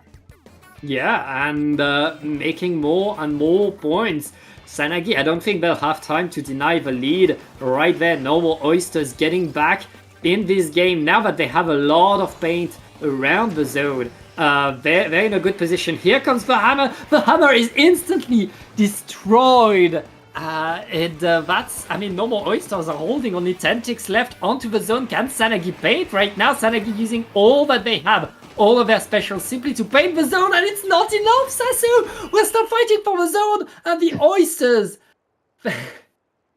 they painted the square. They simply painted the square and won.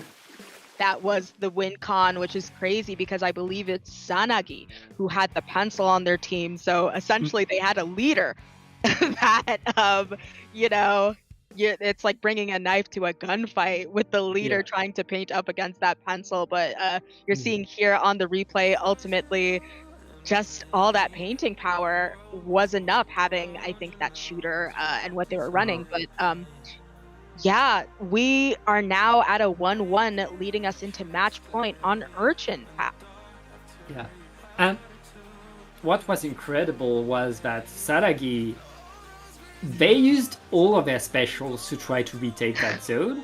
They used all of their specials in successions. First, we saw the hammer. The hammer got instantly punished. Then the crab tank. Normal oysters simply painted over the crab tank.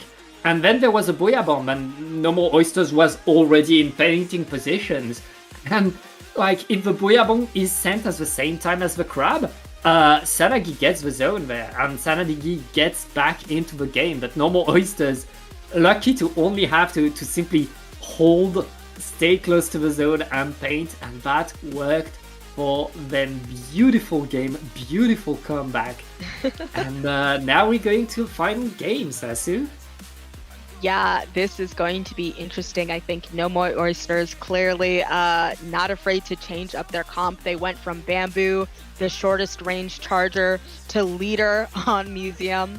So they're going to do whatever it takes to win. And quite frankly, I think that even at the top level or otherwise, you still have a lot of teams that are experimenting with what to run on an Urchin zones. I think that this map mode plays very differently from other zones that you see. But interestingly enough, we also have a stick onto that that mini, and not the Zuka mini, which we've been seeing a lot more often these days.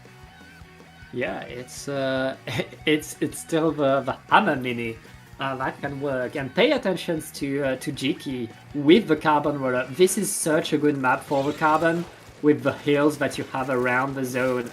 Lots of paint that you can put around, lots of flank routes which allow the carbon to just appear out of nowhere, anywhere on the map. Right now, No More Oysters are taking control over the zone, but they still have to paint around to take control of the surroundings if they want to keep it. Right now, 2 down onto Saganagi, make that free. Bastion activating the hammer, but all of No More Oysters is ready for that hammer now. They know to be ready for it, they know how to counter it, and No More Oysters is going to take control.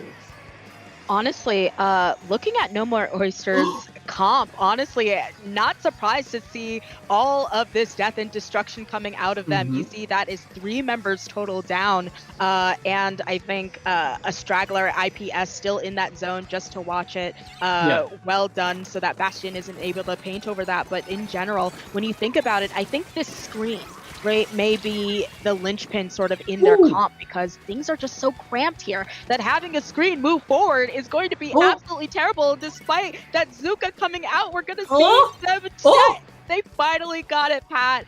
It is yellow, and they have stopped the tirade that is No More Oysters. That's 73 penalty points on the scoreboard. What an opening. That was almost like 100-0 by No More Oysters, with Saragi surviving, going through and punishing now. Adil dodging all the explosions right there, trying to stay alive and next to the zone. It looks like No More Oysters are coming back onto the zone, coming back fast. And I mean, Sanagi managed to stay alive, but No More Oysters is already back in control. And with 3 players down, Bastion is forced out with that mini and forced to wait for the rest of the team. No More Oysters very much in control of this map. Yeah, and you see Bastion kind of getting bombed out at the side. There's just absolutely no mercy coming out of No More Oysters. They're doing Oh. everything in their power to try and stop them from going forward. But you see Sanagi pushing with this Booyah Bomb, going to be successful. They do get this zone here Ooh. and systematically take out 3 members of No More Oysters. So the last person is, I was going to say, forced to get out of there, but clearly they did not jump out. They were feeling a little frisky. And you mentioned the use of this carbon here. I was actually a little Yeah. bit worried for them because, looking at the paint output, you have a blaster. Not usually what you want with something that needs paint, but you see they're doing really well, especially with the Zuka. Yeah. It's a carbon map. It's such a good map for carbon. There's so many good spots for a carbon. Even if you don't have that much paint, it's still a good choice to pick a carbon here. And right now, Sanagi are coming back into the game. They're holding that zone, and they don't need to hold it that much longer, especially since they splatted the opponent Zap. Right now, not much time left. Sanagi is going to get the victory. No More Oysters fought incredibly well, but were not able to go through that huge hold of the zone by Sanagi. Yeah, that was a crazy ending there. Sanagi low-key just snatching that win from under their nose. It felt as though No More Oysters had a really dominant game, almost as though I don't know, like this almost felt as though it was like their counter pick, or they had a really strong control and awareness of how this map mode works, but at the end of the day, wasn't able to get back in and cover that zone at the last second. Yeah, it was small things. Both, like No More Oysters were incredibly close to a KO. It could have gone really either way. And I mean, this is Triton-Cup. We're going to have high-level teams that come in and fight incredibly hard until the very last second. That's what we just saw. And we're going to see more very soon. We'll be back with the lower bracket semis.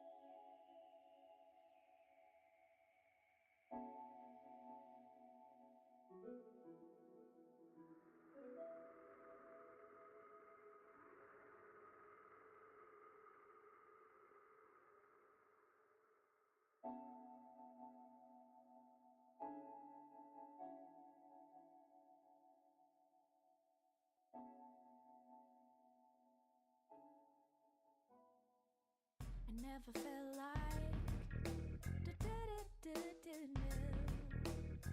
I never felt like baby, stay with me. You gotta tell now. I never felt like I never felt like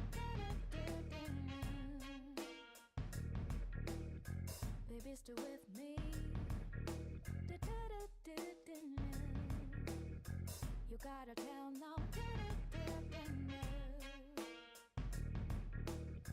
I never felt like I never felt like baby, stay with me. You gotta tell now.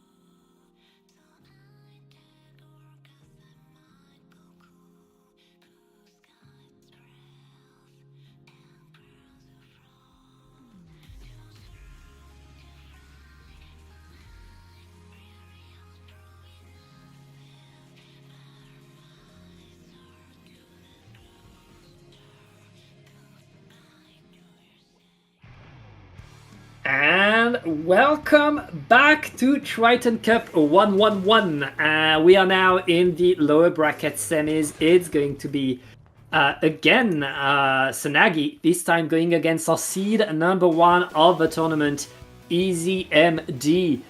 Let's see what these two teams are bringing. Sanagi, they switched up mini. This time they have Bazooka on their mini, Usasu. Yeah, they are taking no prisoners. Clearly, they were like, listen, it was a little bit of a struggle that last time. I don't want that struggle. What I want is to delete people Ooh.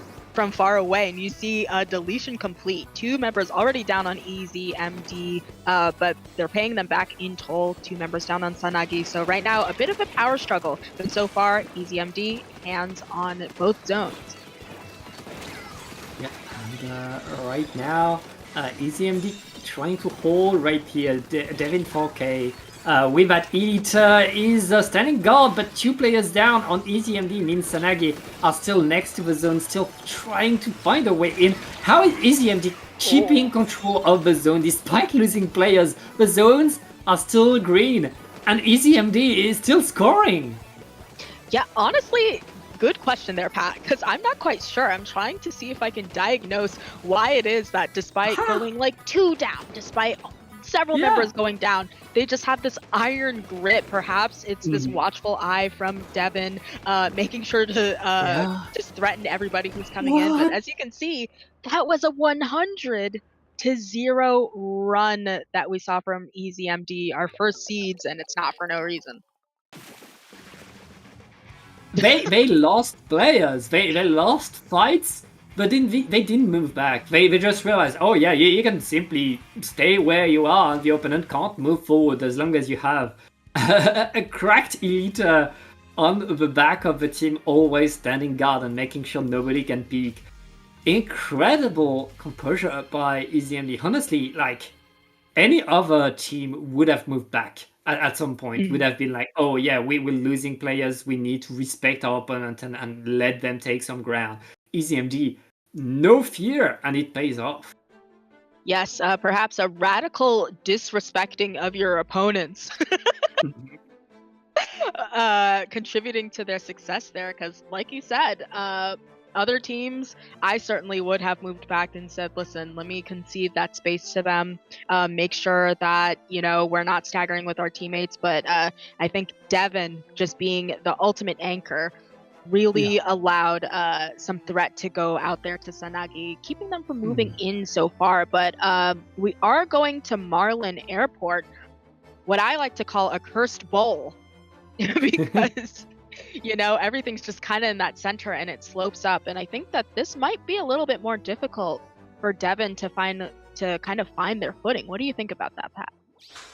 I mean, if Devin stays on their side of the map, stays on their grades, they can see the whole zone and deny any presence.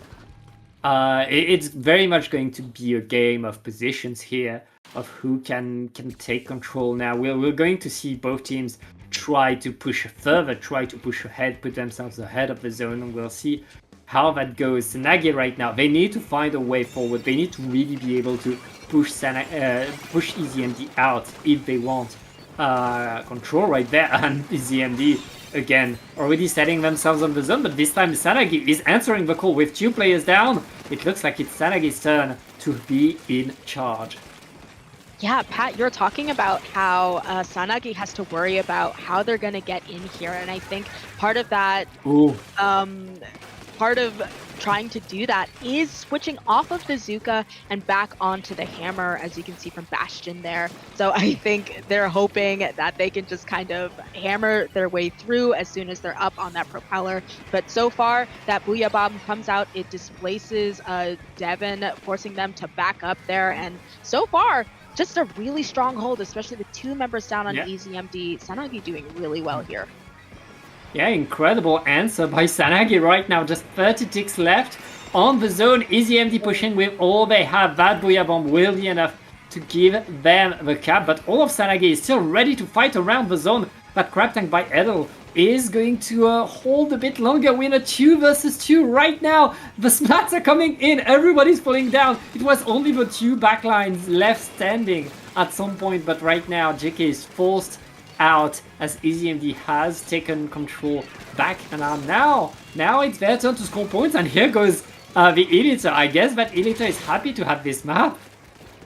Yeah, a trade at the end there before that leader ends up going down. I think that Sanagi trying to reset and see if they can get their propeller back. Honestly, that propeller can just be so threatening. The Booyah coming out to try and trap them all in one position. But honestly, Sanagi, a really strong showing, not completely going down there. I think that's two of their members. And I think once again, we're seeing EasyMD just kind of throw themselves at the issue. They just will not back up. So far, you see someone in that bats area, and it is just crazy.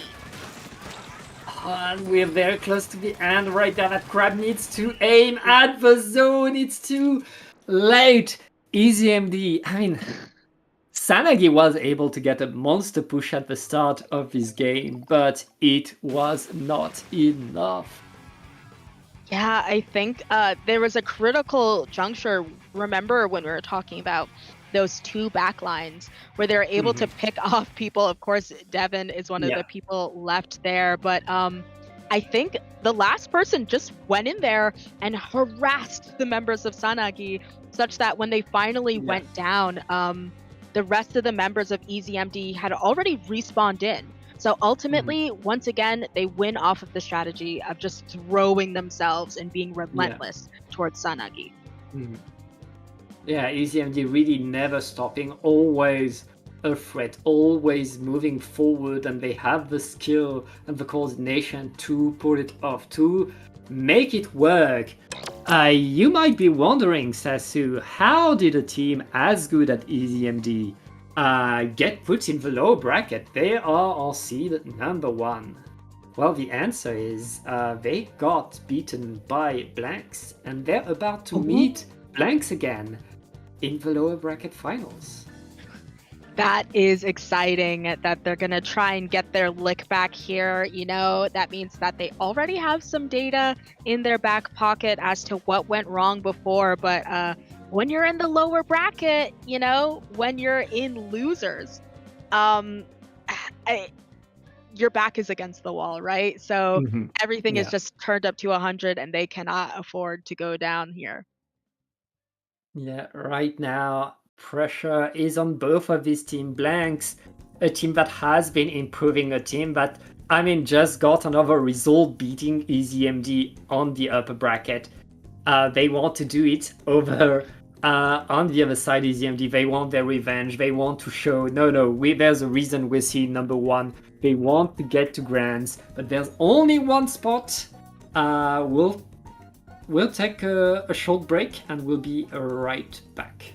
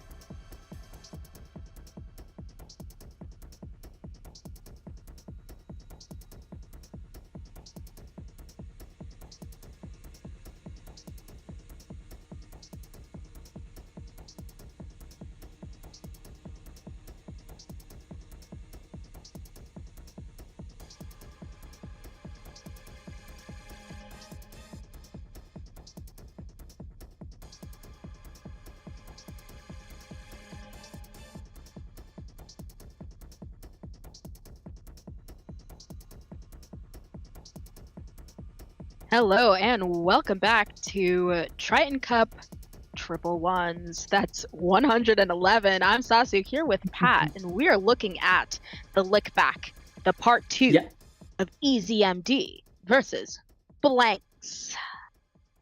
That's right. Blanks is the team that managed to beat EZMD 3-1 in the upper bracket, but now EZMD is coming back stronger, angrier, ready to fight some more. And we are going to start with a classic, which is of course Makomart, Sasu.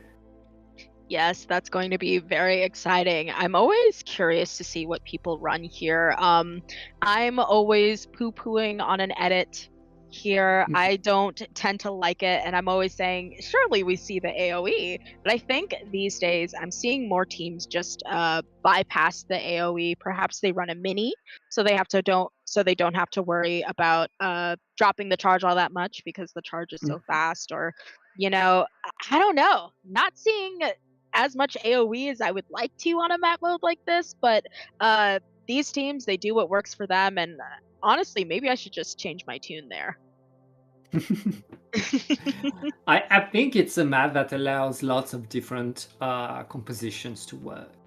But one thing for sure is that you still need a ledge option. You still need a blaster or a slosher or a splatana to really threaten the ledges, take control of the platforms of the stacks. And right there, we see these Splatana Stamper are going to be the keys to really take control of the map.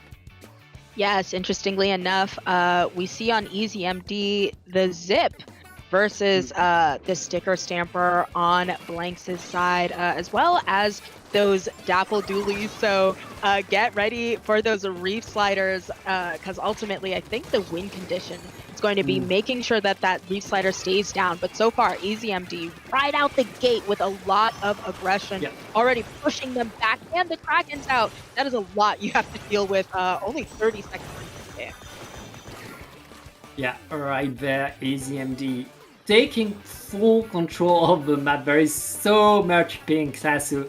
But Blanks are able to get back near the zone. They have 2 players by that stack right here, but they already lose one. The Tacticular is deployed, but it's a trap right there. Blanks are surrounded. Only 30 ticks left on the zone, and EZMD right now doing everything they can. But I mean, there's one thing that always works on these plus shape zones, and that's a Reef Slider.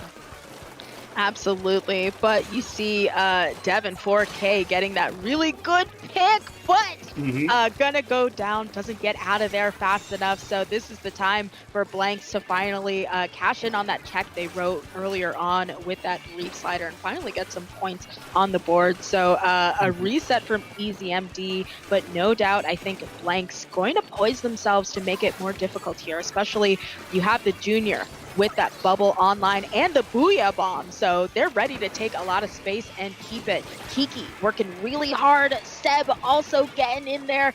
But there's a lot of green I'm seeing here, Pat. Yeah, there's a lot of green indeed. Blanks holding the zone as much as they can, trying to paint, but EZMD simply pushing in, going in more and more, reapplying penalty, and now going into more fights. All of Blanks is forced to move or get splatted. That's EasyMD retaking control. Now, they have a huge penalty applied on them, of course, but I mean, they also have that big control, and with an editor, they can look at the whole map and be dangerous. Well, you know, that is the easy MD way. You just have to move out of the way or get mowed down. That is not going to find any picks out of that Stamper in Zip. But with all of that skirmishing, all of that fighting, you see that easy MD has been able to hold off Blanks long enough that they have made it through their penalty points and already down to 10. I think there's just not enough time, especially with this wipeout. You see Devin being a little bit still because at that point, the game is won and a really strong showing. I think saying that they're not going to let that happen, hopefully, again.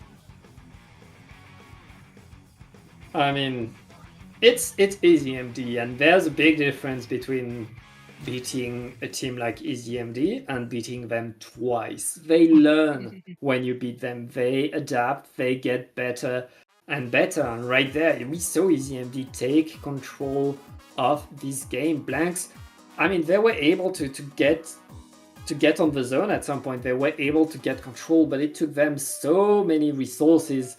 Then they did have the specials to stop EasyMD from running forward back onto the zone, retaking control and then keeping it.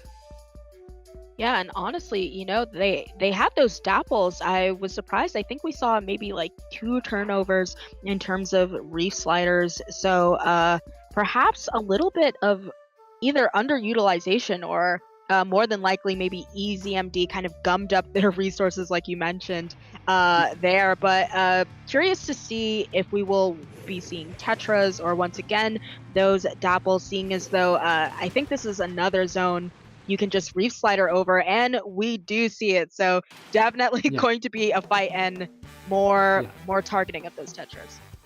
Yeah, having the Tetras instead of the dapples here means Blanks will have a bit more room to move. These Tetras have a bit more range, can dodge roll a bit more. On a wide map like that, I think that's a good move, but they're losing a bit of firepower, and right now they're paying for it as EasyMD is getting a few splats, and I mean, the zone is still contested, and it looks like Blanks was able to respawn, but now the Zipcaster is coming, and EasyMD is pushing in.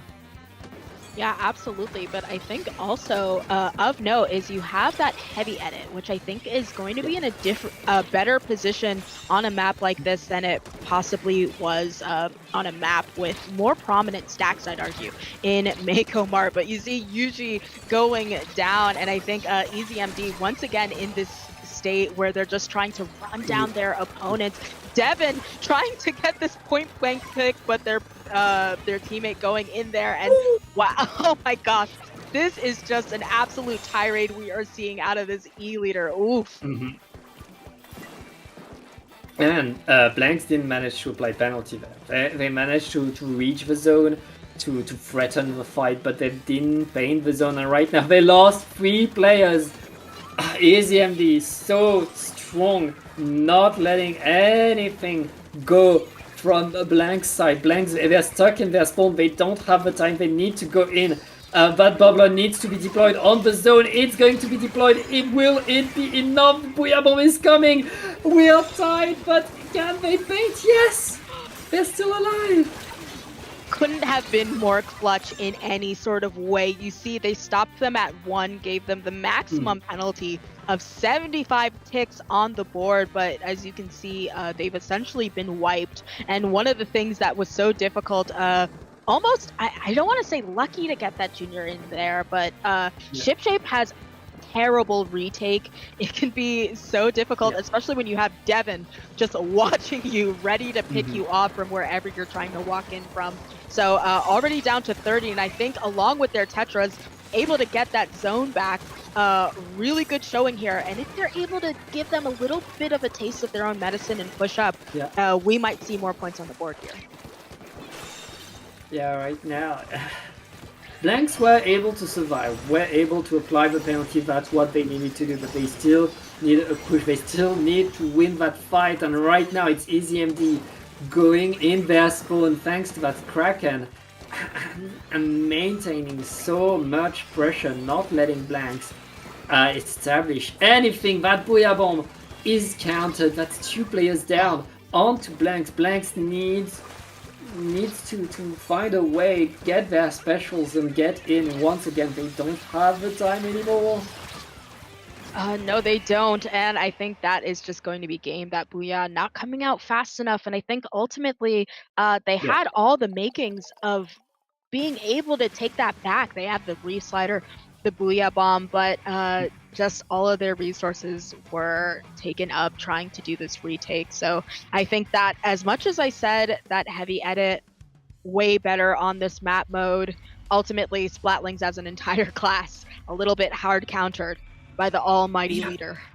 Yeah, I agree, especially on that wide map. I mean, that's an Elite map. That's a map where an Elite is going to be so threatening. It's so hard to push because the Elite can splat you on your platform as you're preparing things. And right there we saw EasyMD pretty much KO twice. Like, blanks managed to dodge the bullet by a hair and then got KO'd anyways. Yes, but I think a little bit less common to go to a ship shape. Of course, not extremely rare, but I think if we're looking at just the common place that everybody should have a game plan for, it is Robo Ramen zones. So I think no one's going to necessarily be worried about the gimmicks. It's all going to be about getting past that elbow area and seeing if you can get that lockout. And especially when, once again, you've got Devin there. But before I actually, I'm a little bit shocked, but I shouldn't be. We have a switch from Yushi from that junior over to the Sploosh. And I think in Paddling Pool, I also saw this switch, but usually it was for a Rainmaker. So definitely interesting to see it on a zones map here. That's a double curling comp for blanks right there. No bombs to be seen. Well, right now, EasyMD are unfazed, taking control over the zone and punishing the presence as well. Now Devin is on top of that glass, threatening everything. You were talking about getting control over that elbow. Right now, EasyMD is doing exactly that, and there's 2 players down. Make that 3 players down. Make that a delayed wipe by EasyMD. 30 ticks left, and EasyMD again. They want to end it quick. I guess. I mean, blanks beat them in winners bracket. Now they're pissed off. Yeah, it is a crazy thing to go down 1-3 and then get your lick back 3-0, as I think we're seeing right here. Yeah, that Reef Slider not gonna come out there, so that is going to be, I think, a 100-0 run. Yeah. Once again, that's twice in one set. So I think that clearly EasyMD not happy to be in this losers bracket. So they fought back with a vengeance here. It looked like. I mean, EasyMD, they are seed number 1 for a reason. These players, we see them every week here at Dapple Productions, and they're the final boss of this Triton-Cup. And right now, blanks, by putting them in the lower bracket, they got to phase 2. Well, phase 2 is just not the same, and it hit them hard. Yeah, absolutely. I think we saw that style of just pushing forward in all spades. Blanks, I think with the choice to move to Sploosh, as much as I was surprised by it, you have all of those flanks on a Robo Ramen. I think that sped up their comp perhaps, so they were kind of banking on the fact that having a Sploosh just harassing you the entire time might get some stuff done. But yeah, like you said, EasyMD, not our first seeds for no reason. They have hoisted themselves out of losers bracket, and they will be headed to grand finals, as will we, I think. In a bit of a moment. So don't go anywhere, people. Do get a snack, get a refreshment, because we will be right back.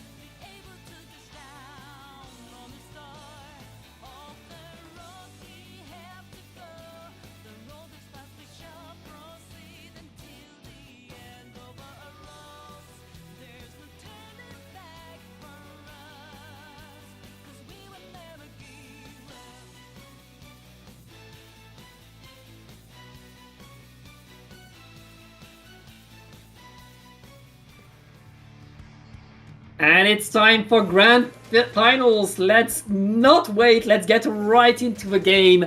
It is, of course, EasyMD going against Envy for that spot, for that gold crown of the Triton-Cup, Sasu. Yes, this is so exciting. I think Envy, a little bit envious of that first place seed. They're coming for the crown to see if they can just yank it straight off of their heads. But you have Jenna already just diving in there, trying to see what chip that they can get done, just running around, swishing before they go down eventually. And so far, just a bloodbath in mid, but all of that blood seeming to be blue because Envy already has a really strong hold on this zone here. Yeah, and right now it's 3 players down on to Envy. It looks like EasyMD are able to take control with a wipeout. I mean, more than 40 points were scored by Envy. EasyMD now needing to paint around, use the fact that the water dropped to really get a lot of specials ready and counter the next push. Yeah, but I think that this is a bit of a dangerous situation. The hammer comes out and a change of hands in terms of the lead. Devin getting a pick just like nothing here. And I think, as you can see, EasyMD, their first hold, weren't able to go over it from Envy. Envy, I think 3 of their members are going down here. So EasyMD not having to deal with anything like a penalty. So already they're in the 20s making their way down, and this is just going to be so hard for Envy to get back in. Yeah, EasyMD right now, they're painting around, they're making sure. I mean, they're so strong. Envy able to get in and apply penalty in the nick of time, saving it right in the last second. But I mean, Sasu, they used all of their resources just to stay alive. But I can't fault them for it. We're still in the game, and we have seen a lot of come from behind wins in Splatoon period, right? So maybe that's all they need to just kind of organize themselves and get this push in, especially heavy penalty, 40 ticks still left. Devin getting a little bit chipped out of there, having to reposition back, but you see a lot of that time has already gone by. But no, that is 3 members down, so I think Acer is a little bit done here. Delayed wipe. Yeah, that's a delayed wipe, and the penalty was not applied. EasyMD is ready to score more points, and I mean, they're very close to the KO. That's going to be game number 1 for EasyMD. Incredibly strong right there. Yeah, almost a 100-0 push there before I think that zone got touched momentarily, prolonging the game for them. But I think just in general, all of that aggression, like we saw 3 members at the end there go down, but it just didn't matter because all of those resources were taken up. So it feels as though EasyMD really have the same MO of just throw everything at the other team, and if those people go down, we still have a leader here to clean up the rest of the people, really. Yeah, I mean, that's how EasyMD is able to be incredibly aggressive and solid at the same time. They know they can run forward because they have the extra range thanks to that leader, and Devin 4K never misses with that leader. He's able to punish any push in now. That's only game number 1, and remember, EasyMD, they on the loser side. They need to win the set twice, as Envy right now can study them as much as they want, and Envy just switched to the Wiper and the Machine to really completely switch up the game, I guess. Yeah, very, very interesting here. Machine, certainly not something that you're going to be seeing all that often these days. You see Devin taking a very interesting off angle and being punished for it immediately by that Wiper. But of note, we're on Inkblot, but as I've said before, and I've heard other people say, this is almost like a 2-zone map Mhm. because of just how big the zone is. So despite the fact that you might be able to wipe the other team members, still the zone will be an issue. And you have Silver here Silver! just being an absolute Silver! wow, that hurts. That feels bad. That does hurt right there. The fight is going on. Envy has the control over the zone right there, and that was a nice double splat. Kiki is still dancing on the zone, but Envy are keeping the point going right now. They managed to really take back control of of the zone right now. And as EasyMD is trying to go in, oh, Q down, it looks like EasyMD will retake control. Yes, they do indeed get that. You have Sky just trying to find their position because once again, of course, you have Devin's laser pointer out there just threatening everyone and forcing them to back up. But Silver, once again, just completely in there like swimwear, harassing them in their own spawn. But I think with 2 members down, finally, Envy moving their way into spawn, taking out that Booyah Bomb to take that space. Yeah, and the Zcaster right there allowed AZMD to really attack Envy in their platform, but the rest of the team was able to get close to the zone. You were talking about how it's kind of double zone. That's what it looks like right now. They have half the zone, but they still need to push to attack to get the other half. They do so. They're able to get in here. Penalties applied. Our 2 teams are almost tied, but Envy has a bit more points and is in the lead. Yes, you see that they have that steady hold there. Several members of EZMD just dropping in to try and cap over here. Of course, that's not going to be easy. Despite the fact that they have 90% of it, they finally get that in their hands, but they have not gotten the lead just yet. Several takes a penalty to go. Devin, of course, just getting a pick like it's nothing, like it's an easy day, picking off their pencil and denying them cooler. So this is just an absolute brutal showing here. Wobbly, I think, one of the few stragglers left. So Envy had a really good hold going, but I think now it's looking like they're in trouble. Yeah, and right now, EZMD done with their penalty are going to take the lead. Seb is behind everybody again, going so deep in. EZMD really want to play their game away from the zone, but I mean, that means they lose the zone as Envy was able to get back on there. And Envy are still in control. EZMD are struggling to retake the zone. Again, EZMD really eager to fight so deep in Envy territory, but not able to keep Envy away from the zone in the end. Listen, we mentioned it before. I think EZMD chronically allergic to backing up. They will not back up. They will not respect their opponents and give up the space. You see Kiki here ready to try and get that splat. Does get one of them on that jump in. Seb trying to just take this space, which is going to be all important on a funky zone like this. But finally they get their hands on it and they just barely at this time. We are under 1 minute left. So I think right now they're just trying to control the space. See if they can once again bully them into their own spawn and see what they can get done in this final 30 seconds. Yeah, I mean, EZMD is still very much aggro going in.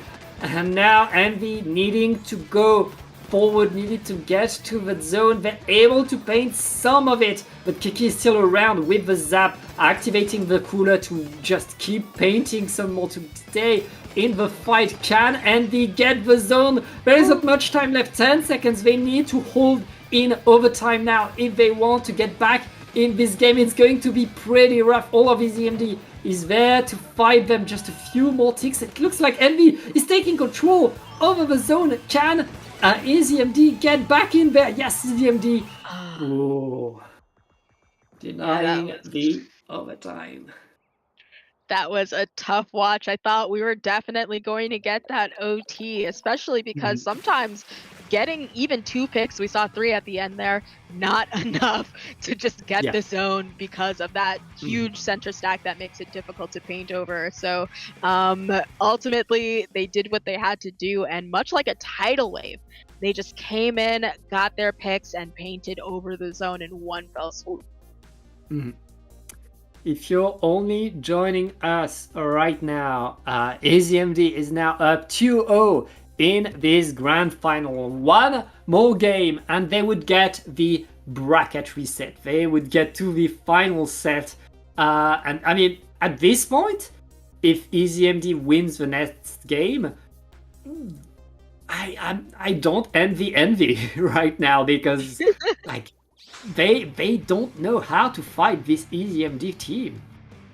Yeah, and we just got out of watching how EZMD performed against Blanks on Robo Ramen, and just how integral Devin was to keeping them in check. So once again, I think the win condition we're looking for here is whether EZMD is able to use their trademark aggression to get into that elbow position.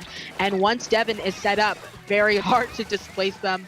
But you see, I think a trade happening right now. Of course, we're going to see the bloodbath starting at the very beginning, but we'll see how it shakes out in terms of who is able to keep this zone long term. Yeah, right now EZMD are in control of the zone, but Envy is still around, painting, fighting for it, and moving in with 2 splats and a Booyah Bomb. They're gonna get in. Oh, what a push right there! A huge splat on the Elite.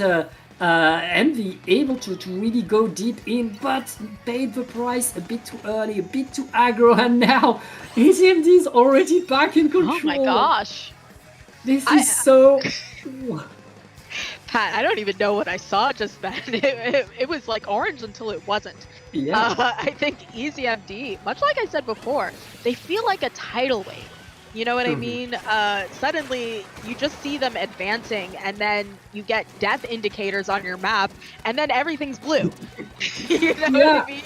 You see them just taking this absolute critical pick here before going down, but despite 2 of the members being down, I think currently we're in neutral still. He keeps putting out so much pain, and they take it back. 3 members down on Envy. This is insane, Pat. Yeah, Acer is going to be punished right there. EZMD still in control, and I mean, Envy, they have no way forward right now. They have no way in. They need to go in. Oh wait, 2 players down. Can they reach the zone? Silver punishing people next to the zone. Everybody's painting right now, but there's no way. What? This is it. I'm just so shook. Like, you can feel that I'm shook on like a personal level, because actually 3 members went down at the end there. They were a little bit staggered, and he said this is their time to push, and I'm like, yeah, I think it's just Devin up. But by the time that happened, another member jumped in from EZMD and was just painting, and they got the zone and closed it out. So the fact that you can delete 3 of their members and still not be able to cap the zone is absolutely insane. It's like EZMD, they constantly know exactly how much they can take. If there is a shot for them to stay next to the zone and hold it, they're gonna stay next to the zone and hold it. If the other team is pushing it just a tiny bit too far, suddenly EZMD gets a monster counter push and can take the whole map. Very much their ability to know exactly how much they can take and how much their opponent can take is mind-boggling. They are so good at deciding exactly how far they can go. Yeah, clearly. I think that they're just so confident in their abilities because, like I said, other teams may have just backed up at certain points and said, listen, I've got to jump out of here. Not them. They're like, we're sticking this out and we are confident we can get our picks and do what we need to do. But no changes, I believe, from either team with the exception of this Tri-Slosher. We're seeing instead of the everything else we've been seeing, I think a slosher and a sloshing machine. So I think it's going to be integral to their game to have this screen to box off Devin if they can. Yeah. Yeah, that screen could allow them to breathe a little bit, hide a little bit more, especially on this map. That is, as you said, a big ball. Having a place to hide behind your screen could help. Right now, Envy opening pretty strong, are already in control of the zone and pushing in. Absolutely. And with that screen out, I think you have Wobbly kind of sharking it there in their own ink, ready to just jump out and see what they can get done. Unfortunately, I think somebody going down there, and EasyMD is able to make it in and cap over that. One member left of Envy is going to have to deal with the other members just booking it for their own spawn. So Jenna's going to get out of there, and I think that's a very unfortunate amount of space that they're giving up, because if Devin sets up here, it may just be game, set, and match.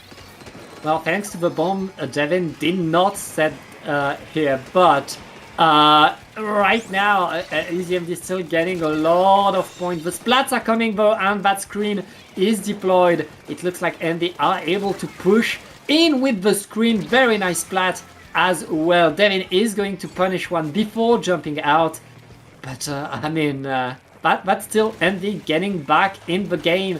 Penalty isn't that big, but there's already splats coming. Yeah, 2 of their members down, and I feel like, unlike maybe an EasyMD, when 2 of their members down, that actually means that they're at a disadvantaged state, because I think for whatever reason, EasyMD, 2 members down, no problemo. It's like all 4 of them are still alive somehow, but you see time is ticking. They're making their way through their penalty points to see if they can get more points on the board, and with 3 members down, Envy has a delayed wipe and is going to have their work cut out for them in terms of retake, because as important as it was to have that screen, which is currently online and I think being deployed, we'll see how much it works for them in terms of their retake here. Yeah, I mean, the retake needs to happen right now. 12 ticks left. Can they paint the zone? EasyMD is keeping the zone still. Oh, Acer needs to get on there with that splash. Can Acer paint? Yes, they're able to stay in the game. Just 1 tick is all it takes, but Envy is still alive, still in the game, and with a wipeout, they're all on the platform. That is huge. Suddenly, Envy could have a monster hold, especially since they have a crab tank deployed. That is huge. It's not over, Sasu. We finally have a team that has figured out how to outpaint this leader. Leader is not supposed to be able to paint well, but we have seen time and time again that EasyMD somehow does win the paint war a lot of the time. And you have Seb, I think the last person left on their entire team, gonna trade with Jenna before going down, but I think that Envy is in a really fantastic place to possibly just snag this at the end. We are down to 10 points and they are not able to drop there from that antenna. I think those pressures are coming out, and it's still alive, and at the very last second, tied up. They have done the same thing that was done to them and given them a taste of their own medicine, stopping the game at that 1 point, Pat. 1 point is all that separates these teams right now, but that's at the biggest points you could have in the game. And right now, EasyMD are back in control. 1 minute left in the game, and EasyMD is still painting around, making sure that Envy cannot get back forward. And I say that, another wipeout! Envy is back on top. We're in the last minute. They know what they need to do. They need to stay in control. They need to not let EasyMD get back in.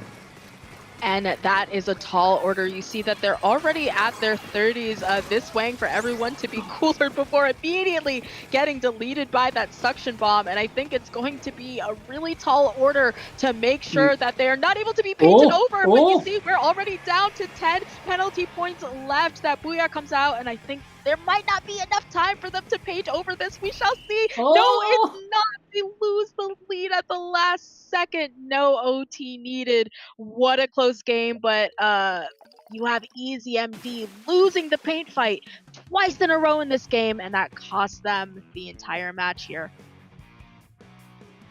What a roller coaster of a game, Sasu. But in the end, Envy, after getting pummeled in the first half of the grand finals, they're able to come back. They're able to hang on, keep playing, play better and better. And right now, they're up 1-0 in this final set.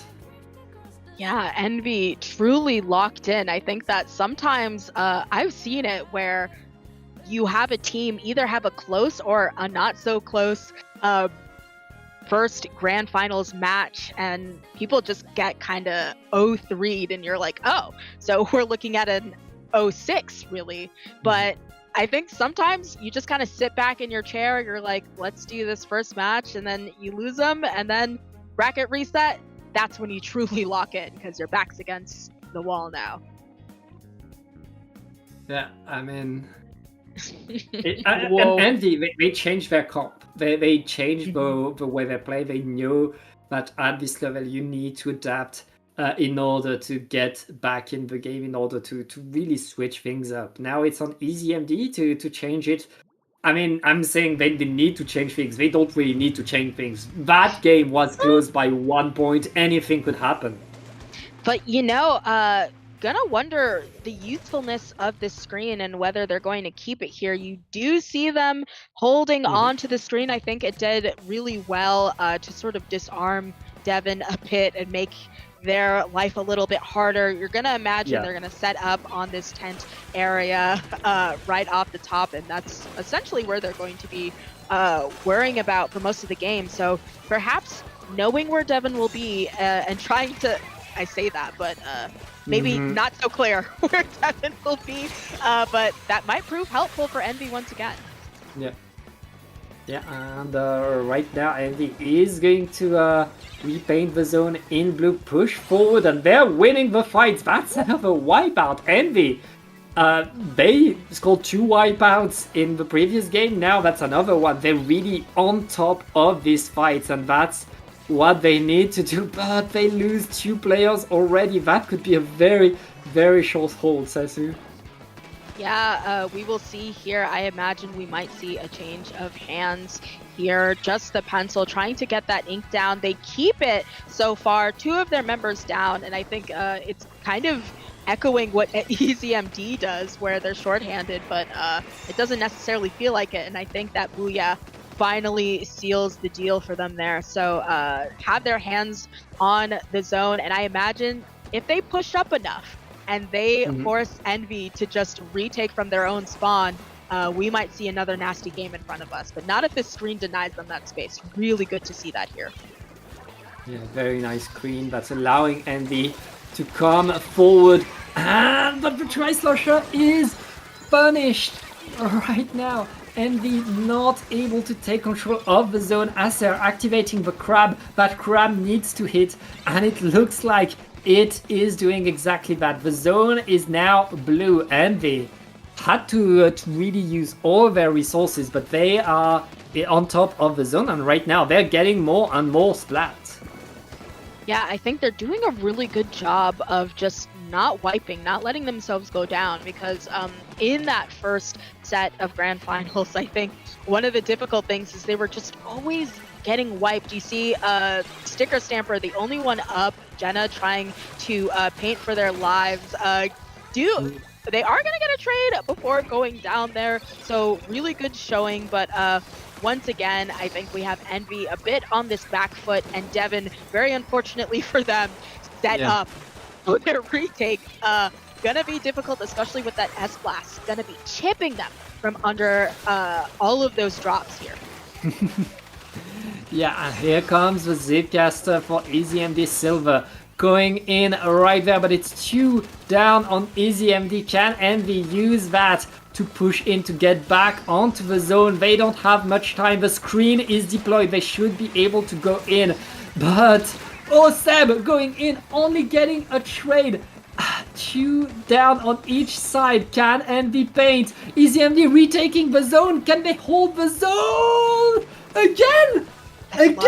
We are neutral right now. They are fighting each other tooth and nail.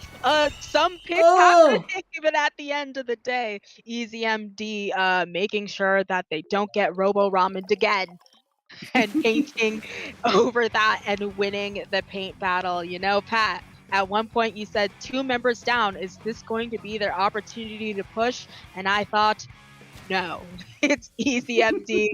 They could have 3 members down and it would not matter. And I feel like you saw it there at the end where everybody jumped in and they painted over the zone. Yeah, incredible game right there. And it looks like EasyMD is really learning how to counter that splatter scholar screen, which, as you were saying, is so key to Envy's ability to push. They really use the cover of that screen to go in, but right there we're seeing EasyMD going around, waiting for them, throwing a few bombs to really stop Envy from using that screen to their advantage. And now going on to Macomart, we'll see what happens. One thing for sure is that the Tri-Slasher is going to be very, very happy to play here. Yeah, gonna certainly be interesting, especially if Devin takes a few of these like off angles. It might prove difficult, but seeing as though you're probably gonna be on snipe or one of the stacks, gonna be easy to just kind of chuck that at Devin and make their life a little bit harder. Especially, I've said it before, I love Tri-Slosher here. Of course, I play Tri-Slosher Nuvo usually, but definitely really good to have that AoE and that fast kill time. So far, a bloodbath in mid. No one having the zone, even though it's primarily, there we have it, EasyMD getting their hands on it. So time for Envy to figure out what to do here. Yep, Envy preparing right now, regrouping as a team. They have the tactical deployed to help the team that's already pushing on to the left. But it looks like EasyMD is still holding pretty strong. There's nobody to paint the zone from Envy right now. The splats are going. Acer is going to activate that crab tank right away and try to get control. But less than 30 ticks and EasyMD is still making points. Okay, they lose 3 players. Now it's Envy's turn. Yes, losing 3 players and it actually mattering and being reflected in the game. EasyMD, though, going back in there and immediately painting over that Seb, getting this crazy pick on the hammer, canceling it out. And I think right now you have the S-Blast in Seb trying to get the pick on the Tri-Slosher. Not going to happen. 3 members down on EasyMD. That is going to be just the Zap left, who I imagine is focused on not going down due to Cooler. So we are now in a position where they're going to have to retake. But honestly, with this Tri-Slosher on the loose, not going to be easy. They might get sloshed the second they try and step down. Yeah. And EasyMD right now, they're back onto the zone. Seb is forced out the very nice fight by Envy, who managed to keep control of the map without penalty being applied, which means, Sasu, now Envy is on their way to get the lead. EasyMD preparing their final push to prevent the KO right now. Yeah, absolutely. Once again, we are in a standstill in terms of painting, but they do win the battle here into a wipeout. Not often you're going to see a wipeout on EasyMD, and with this time left, I think there's just not enough time to dive. They don't have the specials they need to cap that zone, so that is another tick in the column here for Envy. An absolutely strong showing. I think that the screen is just paying back in dividends for them. It's Sasu. Usually, when a team gets the bracket reset with a 3-0, that team usually is going to win. Like they had the momentum, they had the skill, they had the confidence. But suddenly, Envy, that bracket reset was a wake-up call for them. They're playing better and better each game. And now they're only 1 game away from winning this Triton-Cup. All they need to do is win on Robo-Roman, a map where we've seen EasyMD do incredibly well several times. Absolutely. Incredibly well in general, and also on Envy themselves.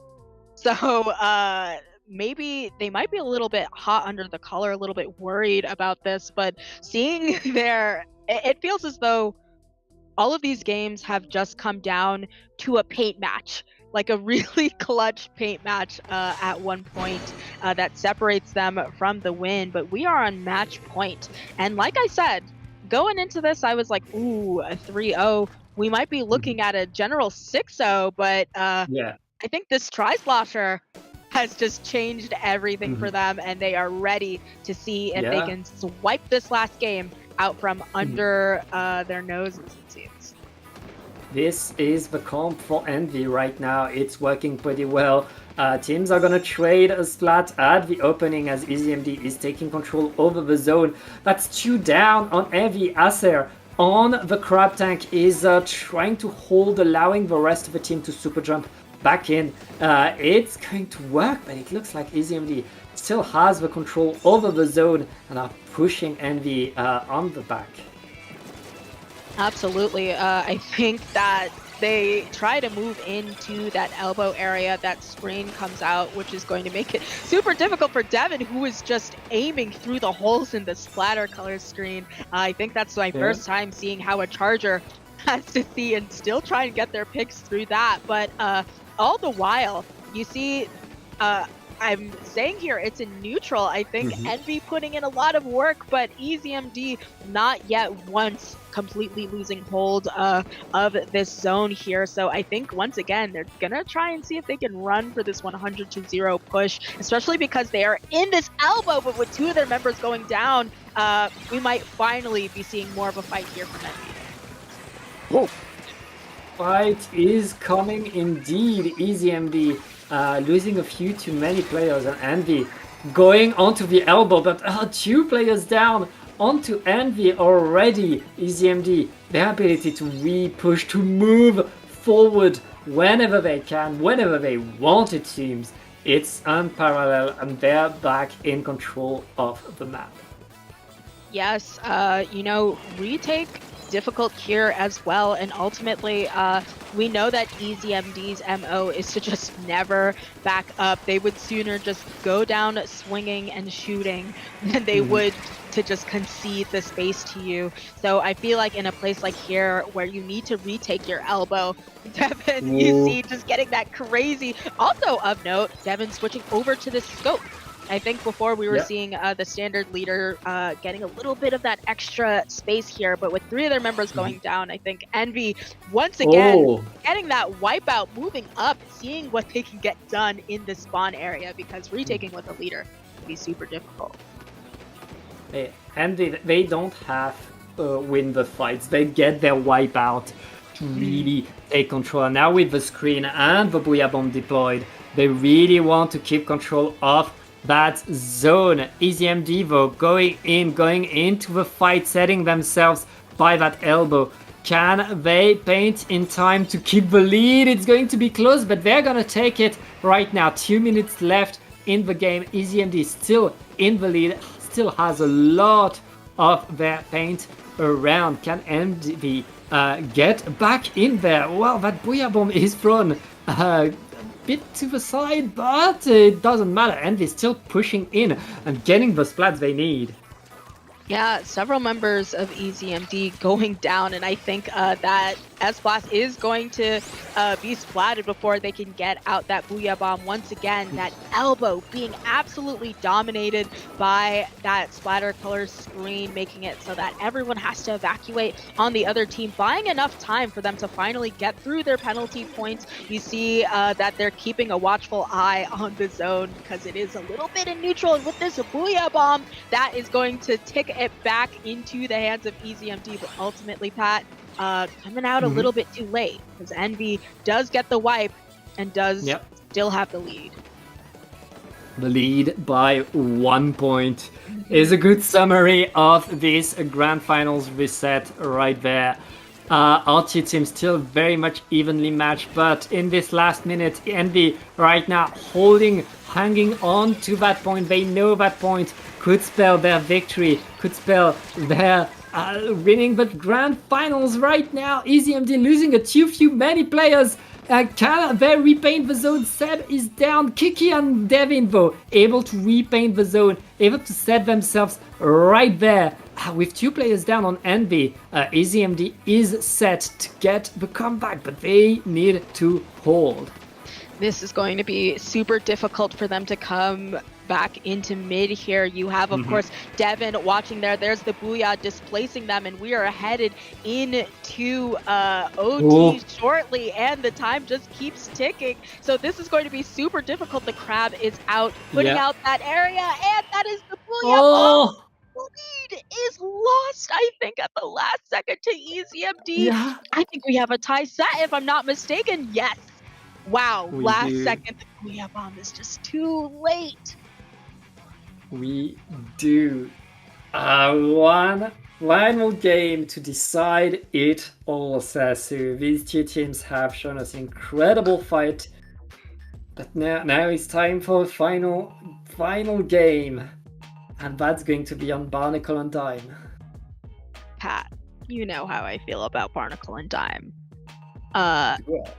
I hate it. It is very difficult to play on Barnacle and Dime zones because of just how brutal the retake is. We've been talking about a lot of these other matches, and retake can be difficult on Robo Ramen, on some of the other places, but nowhere, I would argue, has as brutal retake as maybe Shipshape, but Barnacle and Dime, especially with how EZMD just loves to try and lock out and throw their members at you until you just kind of submit with the picks that they get.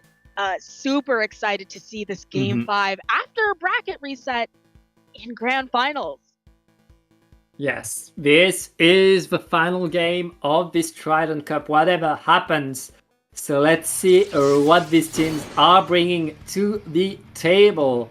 I mean, Holdren said, I think these teams, they know what to expect. They know what to wait. The Wiper is coming back. Wiper is coming back. Interesting, a comp change at the 11th hour here. I was a little bit worried about the screen. I think that this is a very open space. There's a lot of places for Devin to set up, and it's very possible that you throw that screen and they just kind of adjust to somewhere that makes a little bit more sense for them to stand. But so far, you have several members of Envy going down. EZMD trying to get a really strong hold off the top. I think that it feels as though they're just shooting to go all the way down to 0. But Devin conceding space. EZMD conceding space and backing up. You know it's serious, Pat. It is very serious indeed right now. Envy waiting a little bit, but getting the splats that they want to get. They're gonna get the zone.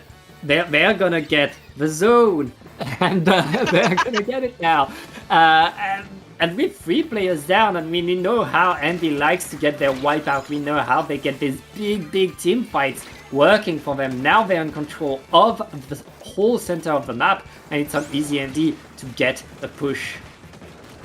Yeah, huge props for Envy here, organizing themselves to get themselves out of that situation where they were pushed back into spawn. But I think this Kraken is going to come out, but with just about no follow-up from their team. So going to be very surprised if they do not get punished. And they do, with the hammer, very quickly flattened. And I think that Envy just had a nice run and was able to, I think, either get or keep the lead there. But with these jump-ins, they have a lot on their plate that they have to worry about. So we'll see if they can get their plat and then get back into mid. It's looking like they're already starting here.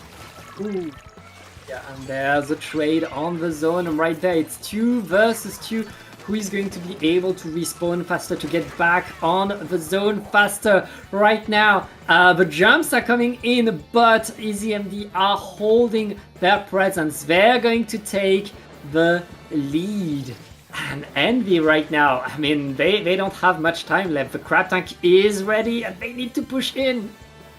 Yeah, I think the thing that's scary here is these teams cannot afford to wipe, least of all Envy. And I think that they've evacuated all of the members, and it would just take way too long to get back into mid. So after that Game 5 and that wipe, I think that just kind of spelled the rest of it. So our final game and the rest of the tournament gonna go to was that EZMD there? Yep. Yes. My eyes do not deceive me. There is Devin putting up that Yep. leader scope there. A strong win of the overall tournament for EasyMD, taking their crown and putting it upon their head. Our first seeds coming in first. Yeah, I mean, that was an intense final. And Envy, it took them some time to get up to the speed. But after the reset, I mean, these two teams were so close, so evenly matched. In the end, it was just an extra bit of control, a wide open map that's very good for Editor that allowed them to get the victory, get the win, and get the crown. And that means, Sasu, it's time for us to say goodbye. We'll be back next week for more Triton-Cup, because now Triton-Cup is a weekly. Ooh, so yes, look forward to that coming back next week. Another congratulations to Envy for playing so well, absolutely locking in. It kind of felt like when you put out your hand for like a high five and you fake them out, like that's what the first bracket game felt like, because they said, just kidding, we're locking in. But they ultimately do go down to our first seeds, EasyMD. So congratulations to them for winning the triple ones, Triton-Cup 111. Yeah, that also means it's time for us to say goodbye, Sasu. But before we go, do you have something to plug? Yes, I guess just my socials, which are Sasu in your pants, SASUIN, the letters UR, pants. I will also be at Riptide, and I have stickers. So if you want a sticker, come find me. I'm probably wearing something pink and obnoxious. You can find me that way. But you have a plug, Pat? My socials as well. You can find me on Blue Sky. It's written on your screen. It's about JL Tom, and yeah, that's pretty much it. Thank you so much for watching. Huge thank you to a wonderful observer, Jorian. The K is before the E, Jorian. And we're going to raid Becca, I guess. So yeah. Thank you for joining Stay us. tuned for raid. Thank you for joining us, and we'll see you in the next one.